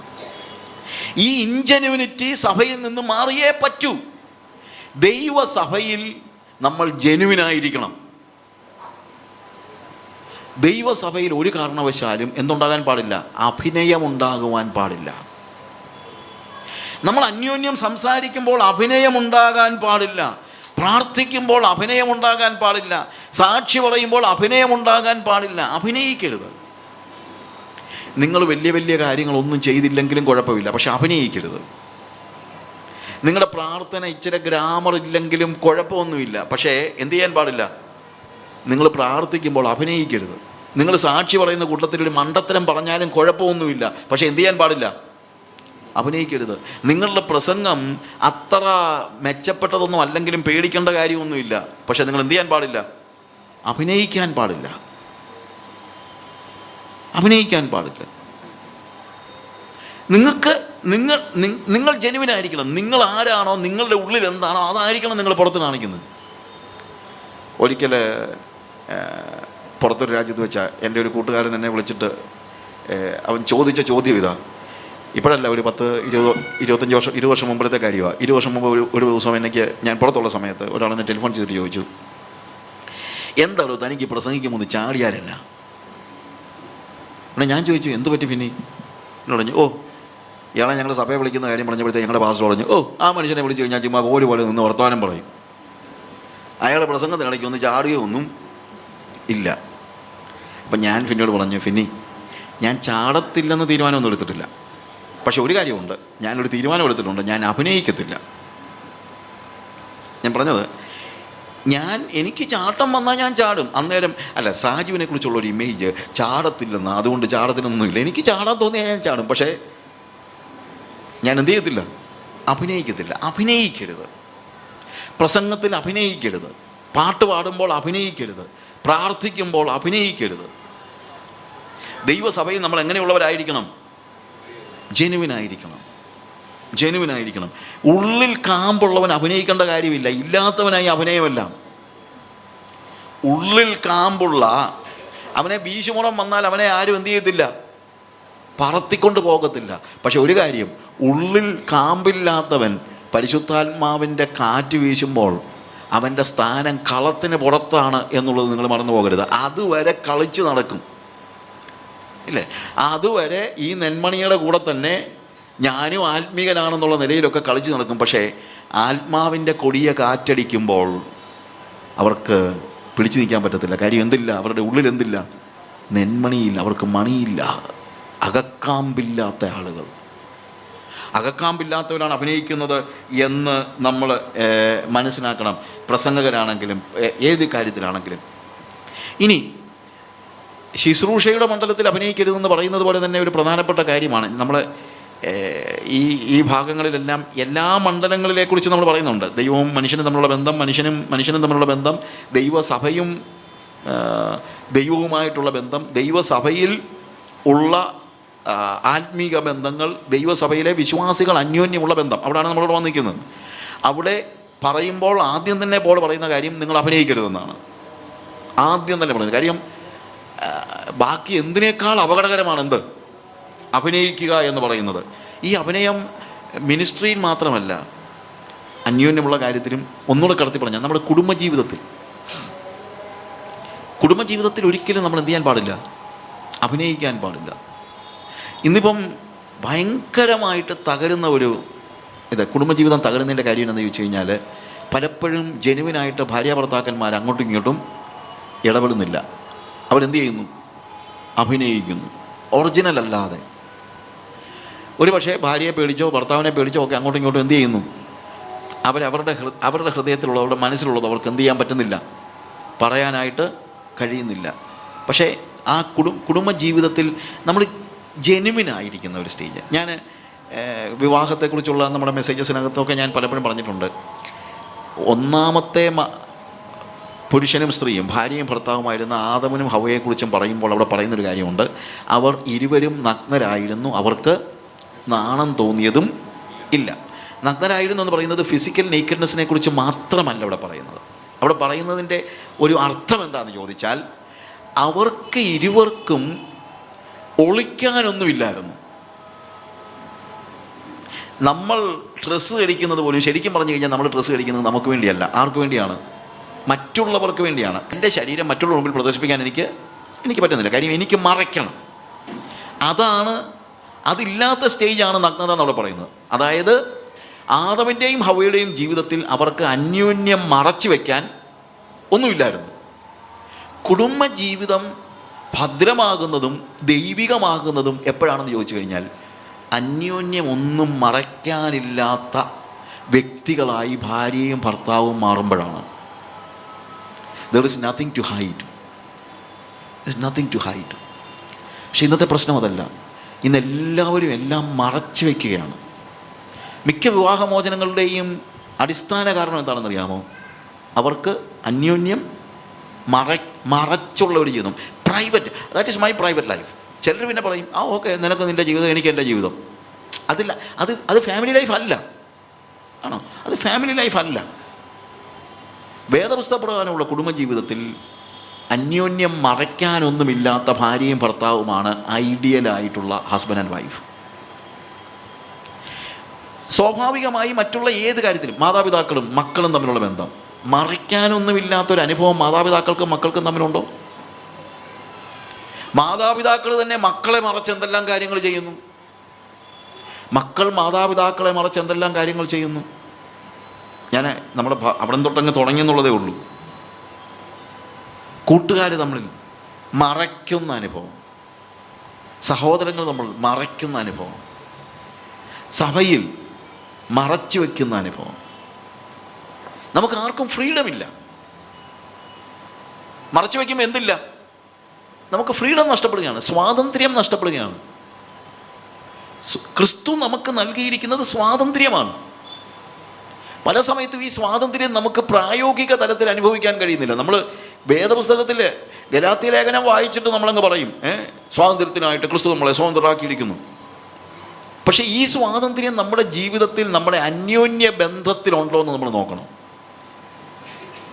ഞാനും എൻ്റെ ഭാര്യയും തമ്മിൽ, ഭാര്യയും ഭർത്താവും തമ്മിൽ, കുഞ്ഞുങ്ങളും മാതാപിതാക്കളും തമ്മിൽ, മാതാപിതാക്കളും മക്കളും തമ്മിൽ, അയൽക്കാരും അയൽക്കാരനും തമ്മിൽ, സഭയിൽ സഹോദരനും സഹോദരനും തമ്മിൽ മറയ്ക്കാനൊന്നുമില്ലാതെ ഒരാൾക്ക് ജീവിക്കാൻ കഴിയുന്നെങ്കിൽ അതാണ് ശരിക്കും ആത്മീയ ജീവിതം എന്ന് പറയുന്നത്. അപ്പോൾ ഫോഷ്ക്ക് ഉപേക്ഷിച്ച് എന്ന് പറയുമ്പോൾ എന്തുകൊണ്ട് നമ്മൾ ഫോഷ്ക്ക് പറയുന്നു? Because we have something to hide. എന്തുകൊണ്ട് ഹൈഡ് ചെയ്യുന്നു? ഹൈഡ് ചെയ്യുന്നതിന് കാരണം ലജ്ജാകരമായ എന്തോ ഒക്കെ നമ്മുടെ ഉള്ളിൽ ഉണ്ട്. അതുകൊണ്ടാണല്ലോ ഹൈഡ് ചെയ്യുന്നത്. എൻ്റെ ഭാര്യ അറിയരുതാത്ത, എൻ്റെ ഭർത്താവ് അറിയരുതാത്ത, എൻ്റെ സഹോദരൻ അറിയരുതാത്ത ചില കാര്യങ്ങൾ, ഹൈഡ് ചെയ്യേണ്ടതായ കാര്യങ്ങൾ എൻ്റെ ജീവിതത്തിൽ ഉണ്ട്. അതുകൊണ്ടാണ് ഞാൻ ഹൈഡ് ചെയ്യുന്നത്. അങ്ങോട്ടും ഇങ്ങോട്ടുമുള്ള പ്രശ്നം അതാണ്. അങ്ങോട്ടും ഇങ്ങോട്ടുമുള്ള പ്രശ്നം. ആരും ആർക്കും ഫ്രീഡം കൊടുക്കുന്നില്ല. ഭാര്യ ഭർത്താവിന് ഫ്രീഡം കൊടുക്കുന്നില്ല, ഭർത്താവ് ഭാര്യയ്ക്ക് ഫ്രീഡം കൊടുക്കുന്നില്ല. പേടിച്ചാണ് ജീവിക്കുന്നത്. ഓഫീസിൽ നിന്ന് വരാൻ അരമണിക്കൂർ താമസിച്ചാൽ ഉടനെ ഭാര്യയോട് ചോദിക്കും, എവിടെ ആയിരുന്നു ഇത്രയും നേരം? അയാൾ എവിടെങ്കിലും പോയി, നിനക്കെന്താ ഇത്ര വലിയ പ്രശ്നം? അരമണിക്കൂർ താമസിച്ചാൽ ചിലപ്പോൾ എവിടെ ആയിരുന്നെന്ന് ചോദിക്കും. 2.5 മണിക്കൂർ താമസിച്ചാൽ ഏത് അവരുടെ കൂടെ ആയിരുന്നെന്നാണ് ചോദിക്കുന്നത്. കാര്യം ഇതങ്ങ് മനസ്സിലങ്ങ് നമ്മൾ എന്ത് ചെയ്യുകയാണ്? അങ്ങ് അസ്യൂം ചെയ്യുകയാണ്. അങ്ങനെ ആയിരിക്കും എൻ്റെ ഭർത്താവ്, ഇങ്ങനെ ആയിരിക്കും. അത് തന്നെ മനസ്സിൻ്റെ ഒരു രോഗമാണ്. ഒരു രോഗമാണ്, സംശയരോഗം. ഈ ഒരു സ്റ്റേജൊക്കെ മാറിയിട്ട് ഒരു സ്വാതന്ത്ര്യം നമുക്ക് അനുഭവിക്കാൻ കഴിയുന്നുണ്ടോ? ഫോഷ്ക്ക് ഉള്ള സ്ഥലത്ത് സ്വാതന്ത്ര്യമില്ല. അഭിനയം ഉള്ളിടത്ത് എന്തില്ല? സ്വാതന്ത്ര്യം ഇല്ല. സ്വാതന്ത്ര്യം ഉണ്ടാകണം, സ്വാതന്ത്ര്യം കൊടുക്കണം. സഹോദരന്മാർക്ക് സ്വാതന്ത്ര്യം കൊടുക്കണം, മക്കൾക്ക് ആ രീതിയിലുള്ള സ്വാതന്ത്ര്യം കൊടുക്കണം. ആ രീതിയിലേ ആകാവൂ. അവരുടെ ജീവിതത്തിൽ എന്തെങ്കിലും ഒരു പ്രോബ്ലം ഉണ്ടെങ്കിൽ അവർ വന്ന് പറയട്ടെ, നമ്മളോട് പറയാനുള്ള സ്വാതന്ത്ര്യം അവർക്കുണ്ടായിരിക്കണം. മക്കളുടെ ജീവിതത്തിൽ ഒരു തെറ്റായ വഴിവഴച്ച ഒരു കാര്യം ഉണ്ടായാൽ പോലും, ഉണ്ടാകരുത്, ഉണ്ടായാൽ അത് മറച്ചു വയ്ക്കേണ്ടി വരാത്ത നിലയിലുള്ള സ്വാതന്ത്ര്യം മക്കൾക്ക് മാതാവിനോടും പിതാവിനോടും ഉണ്ടായിരിക്കണം. ഇന്നതില്ലാത്തത് കൊണ്ട് അവൾക്ക് ആകെ മനസ്സ് തുറക്കാൻ പറ്റുന്നത് അവളുടെ പ്രായത്തിലുള്ള ആരോടെങ്കിലും, അല്ലെങ്കിൽ അവളുടെ ബോയ് ഫ്രണ്ടിനോടാണ്,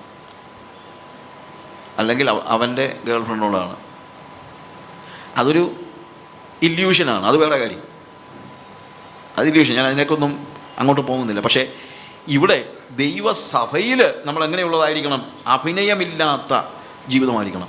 എന്തോരം അഭിനയമാണ് ഇപ്പോൾ നടക്കുന്നത്. ഈ 2 ദിവസം മുമ്പ് ഞാൻ എൻ്റെ ഒരു സുഹൃത്തുമായിട്ട് സംസാരിച്ചപ്പോഴത്തേക്ക് ഒരു വിവാഹാലോചനയുടെ കാര്യം പറഞ്ഞപ്പോഴത്തേക്ക് ഒരു പെൺകൊച്ച് കല്യാണം ആലോചിച്ച് രണ്ടുപേരും ബിസിനസ്സുകാരുടെ മക്കളാണ്. അവർ രണ്ടുപേരും പോസ്റ്റ് ഗ്രാജുവേറ്റ്സാണ്, എഡ്യൂക്കേറ്റഡാണ്. എന്നിട്ട് ഇവർ രണ്ടുപേരും കൂടെ രണ്ടുപേരുടെയും അപ്പനും അമ്മയും കൂടെ ചേർന്ന് പറഞ്ഞു, ഓക്കെ എനിവേ നിങ്ങളുടെ കല്യാണമൊക്കെ 4-ാം തീയതി ഒരു ദിവസം ഉറയ്ക്കാനായിട്ട് തീരുമാനിച്ചു. അതുകൊണ്ട് നിങ്ങൾക്ക് വേണമെങ്കിൽ നിങ്ങൾ പുറത്ത് പോയി വല്ല കാപ്പി കുടിക്കുകയോ ഒക്കെ ചെയ്തോ എന്ന് പറഞ്ഞ് മാതാപിതാക്കൾ ഫ്രീഡം കൊടുത്തു.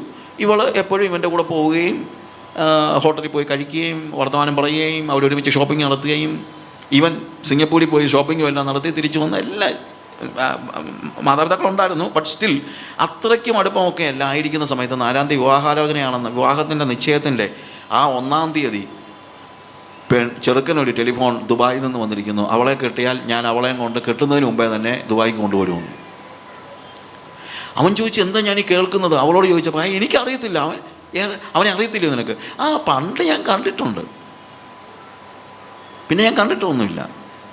നിൻ്റെ ഫോൺ നമ്പർ എവിടെ ഉണ്ടോ? എനിക്കറിയില്ല എൻ്റെ ഉണ്ടോയെന്ന്, അവളുടെ ഉണ്ടോയെന്ന് എനിക്ക് അറിയില്ല. അവനെ വിളിച്ച് ചോദിച്ച് പിന്നെയും ചോദിച്ചു കഴിഞ്ഞപ്പോൾ പറഞ്ഞു, ഇന്നലെ രാത്രിയിൽ അവൾ എന്നോട് സംസാരിച്ചതാണല്ലോ, നീ ഇന്ന കാര്യങ്ങളല്ലേ അവളോട് ഇന്നലെ പറഞ്ഞത്. അതായത് തലേ ദിവസം ഹോട്ടലിൽ വെച്ച് ഇവൻ ഈ പെണ്ണിനോട് എന്തൊക്കെ പറഞ്ഞോ അത് ദുബായി കിടക്കുന്നവൻ അറിഞ്ഞു. അപ്പോൾ ഫോൺ നമ്പറില്ലെന്ന് ഇവൾ പറഞ്ഞതോ? പക്ഷേ അതെല്ലാം മറച്ചു വെച്ചിട്ട് ഇവൾ എന്ത് ചെയ്യാനിരിക്കുകയാണ്? 4-ാം തീയതി കല്യാണം കഴിക്കാനിരിക്കുക. എത്രയോ സ്ഥലങ്ങളിൽ എന്തെല്ലാം കാര്യങ്ങൾ നമ്മൾ കേൾക്കുന്നു. എന്താ കാര്യം? അഭിനയം. പക്ഷേ ഇവിടെ കൃത്യമായിട്ട് പറയുന്ന ഒരു കാര്യം എന്താണ്? സഹോദരനോട് നീ ഭോഷ്ക്ക് പറയരുത്. സഹോദരനോട് നീ ഭോഷ്ക്ക് പറയാനായിട്ട് പാടില്ല. നമ്മൾ ജെന്യുവിനായിരിക്കണം. സഹോദരൻ ഭോഷ്ക്ക് പറയുന്നത് പറയുമ്പോൾ നമ്മുടെ കർത്താവ് പറഞ്ഞു, നിൻ്റെ വാക്ക് ഉവ്വ് എന്നും ഇല്ല എന്നുമായിരിക്കട്ടെ. നമ്മൾ എന്ത് സംസാരിച്ചാലും അത് ആ വാക്കിൻ്റെ അർത്ഥമനുസരിച്ച് തന്നെ നമ്മൾ ഇടപെടണം. ഞാൻ പറയാറുള്ളൊരു കാര്യമാണ്, നിങ്ങളൊരാളെ ബ്രദറെ എന്ന് വിളിച്ചാൽ ബ്രദർ ആയിരിക്കണം, അല്ലെങ്കിൽ വിളിക്കരുത്. നമ്മുടെ ഒരു ചിന്ത വേറെ ഒന്നും വിളിക്കാനില്ല, ബ്രദറെ. പക്ഷെ ബ്രദറായിട്ടാണ് ബ്രദർ എന്ന് വിളിക്കുന്നത്. കർത്താവ് പറഞ്ഞെന്താണ്? നിൻ്റെ വാക്ക് ഉവ്വ് എന്നും. ബ്രദറെ എന്ന് വിളിച്ചാൽ ബ്രദറായിരിക്കണം. ഇപ്പം വന്ന് ഒന്നും വിളിക്കാനില്ല. ഇപ്പം വഴക്ക് പറയണമെങ്കിലും ചീത്ത വിളിക്കണമെങ്കിലും വിളിക്കുന്ന ബ്രദറെ ഒരു കാര്യം ഞാൻ പറഞ്ഞേക്കാമെന്നാണ് പറയുന്നത്. ഇതാണോ യഥാർത്ഥത്തിൽ? ഇതല്ലേ അഭിനയം എന്ന് പറയുന്നത്? ഇതാണ് ഫോഷ്ക്ക് പറയാന്ന് പറയുന്നത്. കൂട്ടുകാരനോട് എന്ത് ചെയ്യണം? ഫോഷ്ക്ക് പറയുന്നത്. Speak truth. ഉള്ളിലുള്ളത് തന്നെ പുറത്ത് വരണം. കർത്താവ് പറഞ്ഞു, ഹൃദയം നിറഞ്ഞു കവിയുന്നതല്ലോ വായ സംസാരിക്കുന്നത്. പക്ഷേ ഞാനത് അതിൻ്റെ ആ സെക്കൻഡ് ആസ്പെക്റ്റ് പറയുകയാണ്. ഹൃദയം നിറഞ്ഞു കവിയുന്നതേ വായി സംസാരിക്കാവൂ. ഹൃദയം നിറഞ്ഞു കവിയുന്നതല്ലോ വായ സംസാരിക്കുന്നത്. പക്ഷേ ഹൃദയം നിറഞ്ഞു കവിയുന്നത് മാത്രമേ വായി സംസാരിക്കാവൂ. അതുകൂടെ നമ്മൾ മനസ്സിലാക്കണം. നമ്മുടെ പ്രശ്നം ഹൃദയത്തിലൊന്നും വായിൽ മറ്റു വേറൊന്നുമായിരിക്കുന്നതായ ഒരു സ്റ്റേജാണ്. അതാണ് ഇൻജെന്യുവിനിറ്റി എന്ന് പറയുന്നത്. അവിടെയാണ് സഹോദരനോട് ഫോഷ്ക്ക് പറയരുത്. ആകയാൽ ഫോഷ്ക്ക് ഉപേക്ഷിച്ച് ഓരോരുത്തൻ തൻ്റെ കൂട്ടുകാരനോട് സത്യം സംസാരിപ്പീൻ. ഈ ഫോഷ്ക്ക് പറയുന്ന കാര്യം പറയുമ്പോഴത്തേക്ക് ഞാൻ ആലോചിക്കാറുണ്ട്, നമ്മൾ ശ്രദ്ധിക്കാത്ത പല കാര്യങ്ങളും നമ്മൾ ഫോഷ്ക്ക് പറയുന്നുണ്ട്. ചുമ്മാ അങ്ങ് കൂട്ടി പറയുന്ന, എക്സാഗ്രേറ്റ് ചെയ്യുന്ന ആളുകളുണ്ടല്ലോ. എക്സാഗ്രേഷൻ എന്ന് പറഞ്ഞാൽ എന്താ? ശരിക്കും പറഞ്ഞു കഴിഞ്ഞാൽ ഫോഷ്ക്കാണ്. രാഷ്ട്രീയക്കാർ ചിലപ്പം 4 പേരുള്ള ജാഥയുടെ മുമ്പിൽ ധീരതയോടെ നയിച്ചോളൂ, ലക്ഷം പിന്നാലെ. എണ്ണി നോക്കിയാൽ 4 പേര് കാണും പുറകിൽ. പക്ഷേ എന്താ പറയുന്നത്? ലക്ഷം പിന്നാലെ എന്ന് പറയും. അത് രാഷ്ട്രീയക്കാരൻ മാത്രമല്ല, ക്രൂസൈഡുകാരനും ഇത് തന്നെയാണ് പറയുന്നത്. ലക്ഷങ്ങൾ പങ്കെടുത്ത മീറ്റിംഗ്. എണ്ണി നോക്കിയാൽ 200 പേര് കാണും. നമുക്ക് ഈ ആളുകളെ എണ്ണാൻ അറിയാൻ വയ്യായോ? അതോ ഇത് പറഞ്ഞാൽ കുഴപ്പമില്ലെന്നാണ് നമ്മുടെ ചിന്ത? എക്സാഗ്രേഷൻ എന്ന് പറഞ്ഞു കഴിഞ്ഞാൽ ശരിക്കും പറഞ്ഞു കഴിഞ്ഞാൽ പാപമാണ് പറയുന്നത്. അത് നമ്മൾ മനസ്സിലാക്കണം. നമ്മൾ ആളെ എണ്ണാൻ അറിയാൻ വയ്യാത്ത ഒരാൾ, ഒരു സ്ത്രീ ഒരു പാസ്റ്ററുടെ അടുത്ത് എന്നിട്ട് പറഞ്ഞു, പാസ്റ്റർ എനിക്ക് വേണ്ടി പ്രത്യേകം പ്രാർത്ഥിക്കണം. എന്ത് പറ്റി സിസ്റ്ററെ? എനിക്കൊരു ആത്മീയ പ്രോബ്ലം ഉണ്ട്. എന്താ പ്രശ്നം?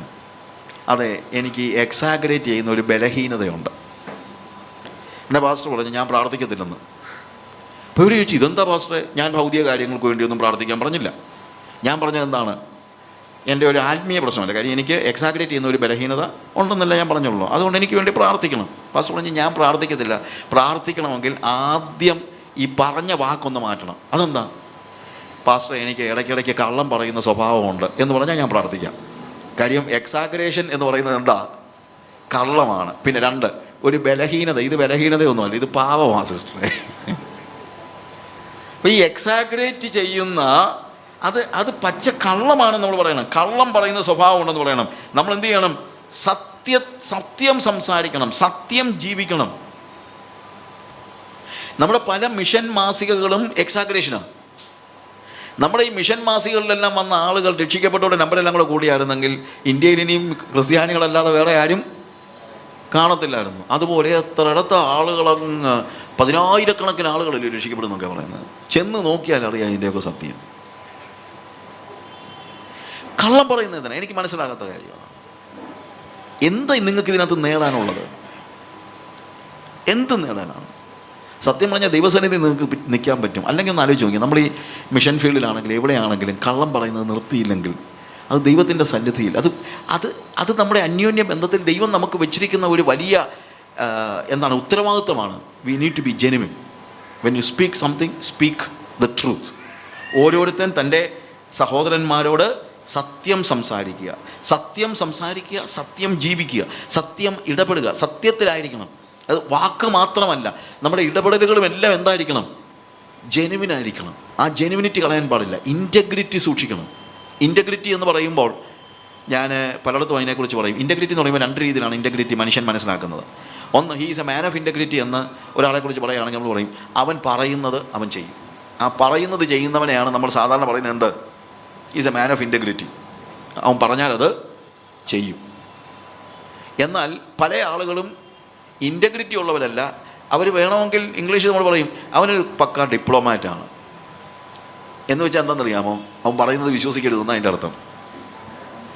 ഡിപ്ലോമസിയുടെ പ്രശ്നം അതാണ്. ഡിപ്ലോമസി എന്ന് പറഞ്ഞു കഴിഞ്ഞാൽ, മലയാളം പറഞ്ഞു കഴിഞ്ഞാൽ ആർക്കും തിരിച്ചറിയാൻ വയ്യാതെ കള്ളം പറയാൻ കഴിയുന്നതാണ് ഡിപ്ലോമസി എന്ന് പറയുന്നത്. സാധാരണ ഇങ്ങനെ പറയാറുണ്ട്, when a diplomat says yes he means wait, and when he say wait that means no. ഒരു ഡിപ്ലോമാറ്റ് യെസ് ഏറ്റു സഹോദര എന്ന് പറഞ്ഞാൽ അതിൻ്റെ അർത്ഥം ചിലപ്പം നടന്നാൽ പറ്റി എന്നാണ്. നോക്കാം എന്ന് പറഞ്ഞാൽ ഇനി അത് നടക്കുകയെന്നാണ് അതിൻ്റെ അർത്ഥം. നോക്കാം. ശരി, അതാണ് ഡിപ്ലോമസി. നമ്മൾ സഹോദരനോട് ഡിപ്ലോമാറ്റിക് ആയിരിക്കണമെന്നല്ല വേദവസം പറയുന്നത്. എന്ത്? സഹോദരനോട് ജെനുവിൻ ആയിരിക്കണം. നമ്മുടെ ഇൻറ്റഗ്രിറ്റിക്ക് കുറച്ചുകൂടെ ആഴത്തിലുള്ളൊരർത്ഥമുണ്ട്. അതായത് ഇൻറ്റഗ്രിറ്റി പറയുന്നത് ചെയ്യുക മാത്രമല്ല, ചിന്തിക്കുന്നത് പറയുകയും കൂടെ ചെയ്യുന്നതായിരിക്കണം. നമ്മുടെ thoughts, words and deeds should be in one line. നമ്മുടെ ചിന്തകളും നമ്മുടെ വാക്കുകളും നമ്മുടെ പ്രവൃത്തിയും ഒരേ ലൈനിൽ പോകുമ്പോഴാണ് നമ്മൾ ഇൻറ്റഗ്രിറ്റി ഉള്ളവരാകുന്നത്. അതാണ് ദൈവസഭയിൽ നിന്ന് ആവശ്യമായിരിക്കുന്നത് എന്ന്. അതുകൊണ്ട് അതിൻ്റെ 24-ാം അധ്യായത്തിൻ്റെ 25-ാം വാക്യത്തിൽ ആകയാൽ ഭോഷ്ക് ഉപേക്ഷിച്ച് ഓരോരുത്തൻ താൻ്റെ കൂട്ടുകാരനോട് സത്യം സംസാരിപ്പിൻ, നാം തമ്മിൽ അവയവങ്ങളല്ലോ. അവിടെ പറഞ്ഞൊരു വാക്കാണ്, നാം തമ്മിൽ അവയവങ്ങളല്ലോ. അത് നമ്മൾ ഓർക്കണം. ഈ അവയവങ്ങൾ ഒരിക്കലും അന്യോന്യം കള്ളം പറയത്തില്ല. അവയവങ്ങൾ ഒരിക്കലും തമ്മിൽ കള്ളം പറയത്തില്ല. ഞാനിപ്പം നമ്മളൊരു പാട്ട് പാടുമ്പോൾ കൈ കൊട്ടാൻ നിൽക്കുക. ഈ കൈ കൊട്ടുമ്പോൾ ഈ ശബ്ദം ഉണ്ടാക്കുന്നതിന് കൈയുടെ ഏത് സ്ഥലത്ത് ചെല്ലണമെന്നുള്ളത് ഈ കൈക്ക് അറിയാം. ഇങ്ങനെ ആരും കൊട്ടത്തില്ല. കാര്യം എന്നറിയാമോ? ഈ കൈയോട് കള്ളം പറയത്തില്ല. ഒരു കൈ മറ്റൊരു കൈയോട് കള്ളം പറയത്തില്ല. ഒരു കൊതുക് ഇവിടെ വന്നിരുന്നാൽ ആരും പുറത്തടിക്കത്തില്ല, മുഖത്തായിരിക്കും അടിക്കുന്നത്. എന്തുകൊണ്ടാണ്? ഈ മുഖം അത് കൊതുക് വന്നിരിക്കുമ്പോൾ ആ പ്രിക്കിങ് ഇതുണ്ടാകുമ്പോഴത്തേക്ക് നമ്മുടെ തലയിലൂടെ കൈയിലേക്ക് കൊടുക്കുന്ന ആജ്ഞ എപ്പോഴും അവിടെ തന്നെ ആയിരിക്കും. ഒരവയവം മറ്റൊരവയവത്തോട് കള്ളം പറയത്തില്ല എന്നതുപോലെ ഒരു വിശ്വാസി മറ്റൊരു വിശ്വാസിയോട് കള്ളം പറയാൻ പറ്റില്ല. അവന് നാം തമ്മിൽ അവയവങ്ങളല്ലോ. ഈ അവയവങ്ങളെ കോർഡിനേറ്റ് ചെയ്യുന്ന തലയുണ്ട്. ആ തലയുടെ കോർഡിനേഷൻ്റെ കീഴിലാണ് അതിനകത്താണ് എല്ലായ്പ്പോഴും എന്ത് സംഭവിക്കുന്നത്? ഈ ഹാർമണി സംഭവിക്കുന്നത്, യൂണിറ്റി സംഭവിക്കുന്നത്. നമ്മൾ എല്ലാ കാര്യങ്ങളും തല കോർഡിനേറ്റ് ചെയ്യുന്ന ഒരു സ്റ്റേജ്. അപ്പോൾ കള്ളമുണ്ടാകത്തില്ല. കാര്യം ഈ കയ്യുടെ ചിന്തകളല്ല, പ്രത്യുത തല അതിനോട് കൊടുക്കുന്ന ആജ്ഞയെ അനുസരിക്കുക മാത്രമാണ് ചെയ്യുന്നത്. എന്നതുപോലെ നമ്മിൽ വ്യാജം ഉണ്ടാകാതിരിക്കണമെങ്കിൽ എന്ത് സംഭവിക്കണം? എപ്പോഴും നമ്മൾ ദൈവസഭയിലെ എല്ലാവരും എന്തിനോട് ബന്ധപ്പെട്ടിരിക്കണം? തലയോട് ബന്ധപ്പെട്ടിരിക്കണം. അതായത് തലയാണ് ഈ കാര്യങ്ങളെല്ലാം കോർഡിനേറ്റ് ചെയ്യുന്നത് നമ്മൾ കാണുന്നത്. നമുക്കുള്ള അന്യോന്യ ബന്ധത്തെ തലയായ കർത്താവ് കോർഡിനേറ്റ് ചെയ്യുന്നത് തിരിച്ചറിയുന്ന ഒരു ജീവിതം നമുക്കുണ്ടാകണം. അപ്പോഴെന്താ സംഭവിക്കുന്നത് അറിയാമോ? ആരും തൻ്റെ സഹോദരനോട് ഭോഷ്ക്ക് സംസാരിക്കുകയില്ല. പക്ഷേ ഈ ബോധ്യം ഉണ്ടായിരിക്കണം, ഞങ്ങളെല്ലാം ക്രിസ്തുവാകുന്ന തലയുടെ അവയവങ്ങളാണ്. അപ്പോഴാണ് കോർഡിനേഷൻ കൃത്യമാകുന്നത്. സ്വർഗ്ഗപിതാവേ, കർത്താവേ, നീയും ദൈവസഭയും തമ്മിലുള്ള ബന്ധത്തെക്കുറിച്ച് ഞങ്ങൾ കണ്ടു. എന്തിനു വേണ്ടി സഭയെ ഈ ഭൂമിയിൽ ഈ രീതിയിൽ ഡിസൈൻ ചെയ്തിരിക്കുന്നു എന്നുള്ളത് ഞങ്ങൾ മനസ്സിലാക്കി. ആ രീതിയിൽ, അതായത് കർത്താവെ, ഞങ്ങളുടെ സഭയിലെ മുഴുവൻ ആളുകളും ക്രിസ്തുവാകുന്ന തലയോളം വളരുന്നത് വരെയും ആ സഭയുടെ കോർഡിനേഷൻ നീ നിരന്തരമായിട്ട് നടത്തണമേ. അതിനുവേണ്ടി തന്നെ ഞങ്ങളെ ഒരുക്കണമേ. ഞങ്ങളെ നീ വിളിച്ചു വേർതിരിച്ചു, ഒറ്റയ്ക്ക് നിർത്തിയിരിക്കുകയല്ല, സഭയാക്കി നിർത്തിയിരിക്കുന്നതിനായി ഞങ്ങൾ നിനക്ക് സ്തോത്രം ചെയ്യുന്നു.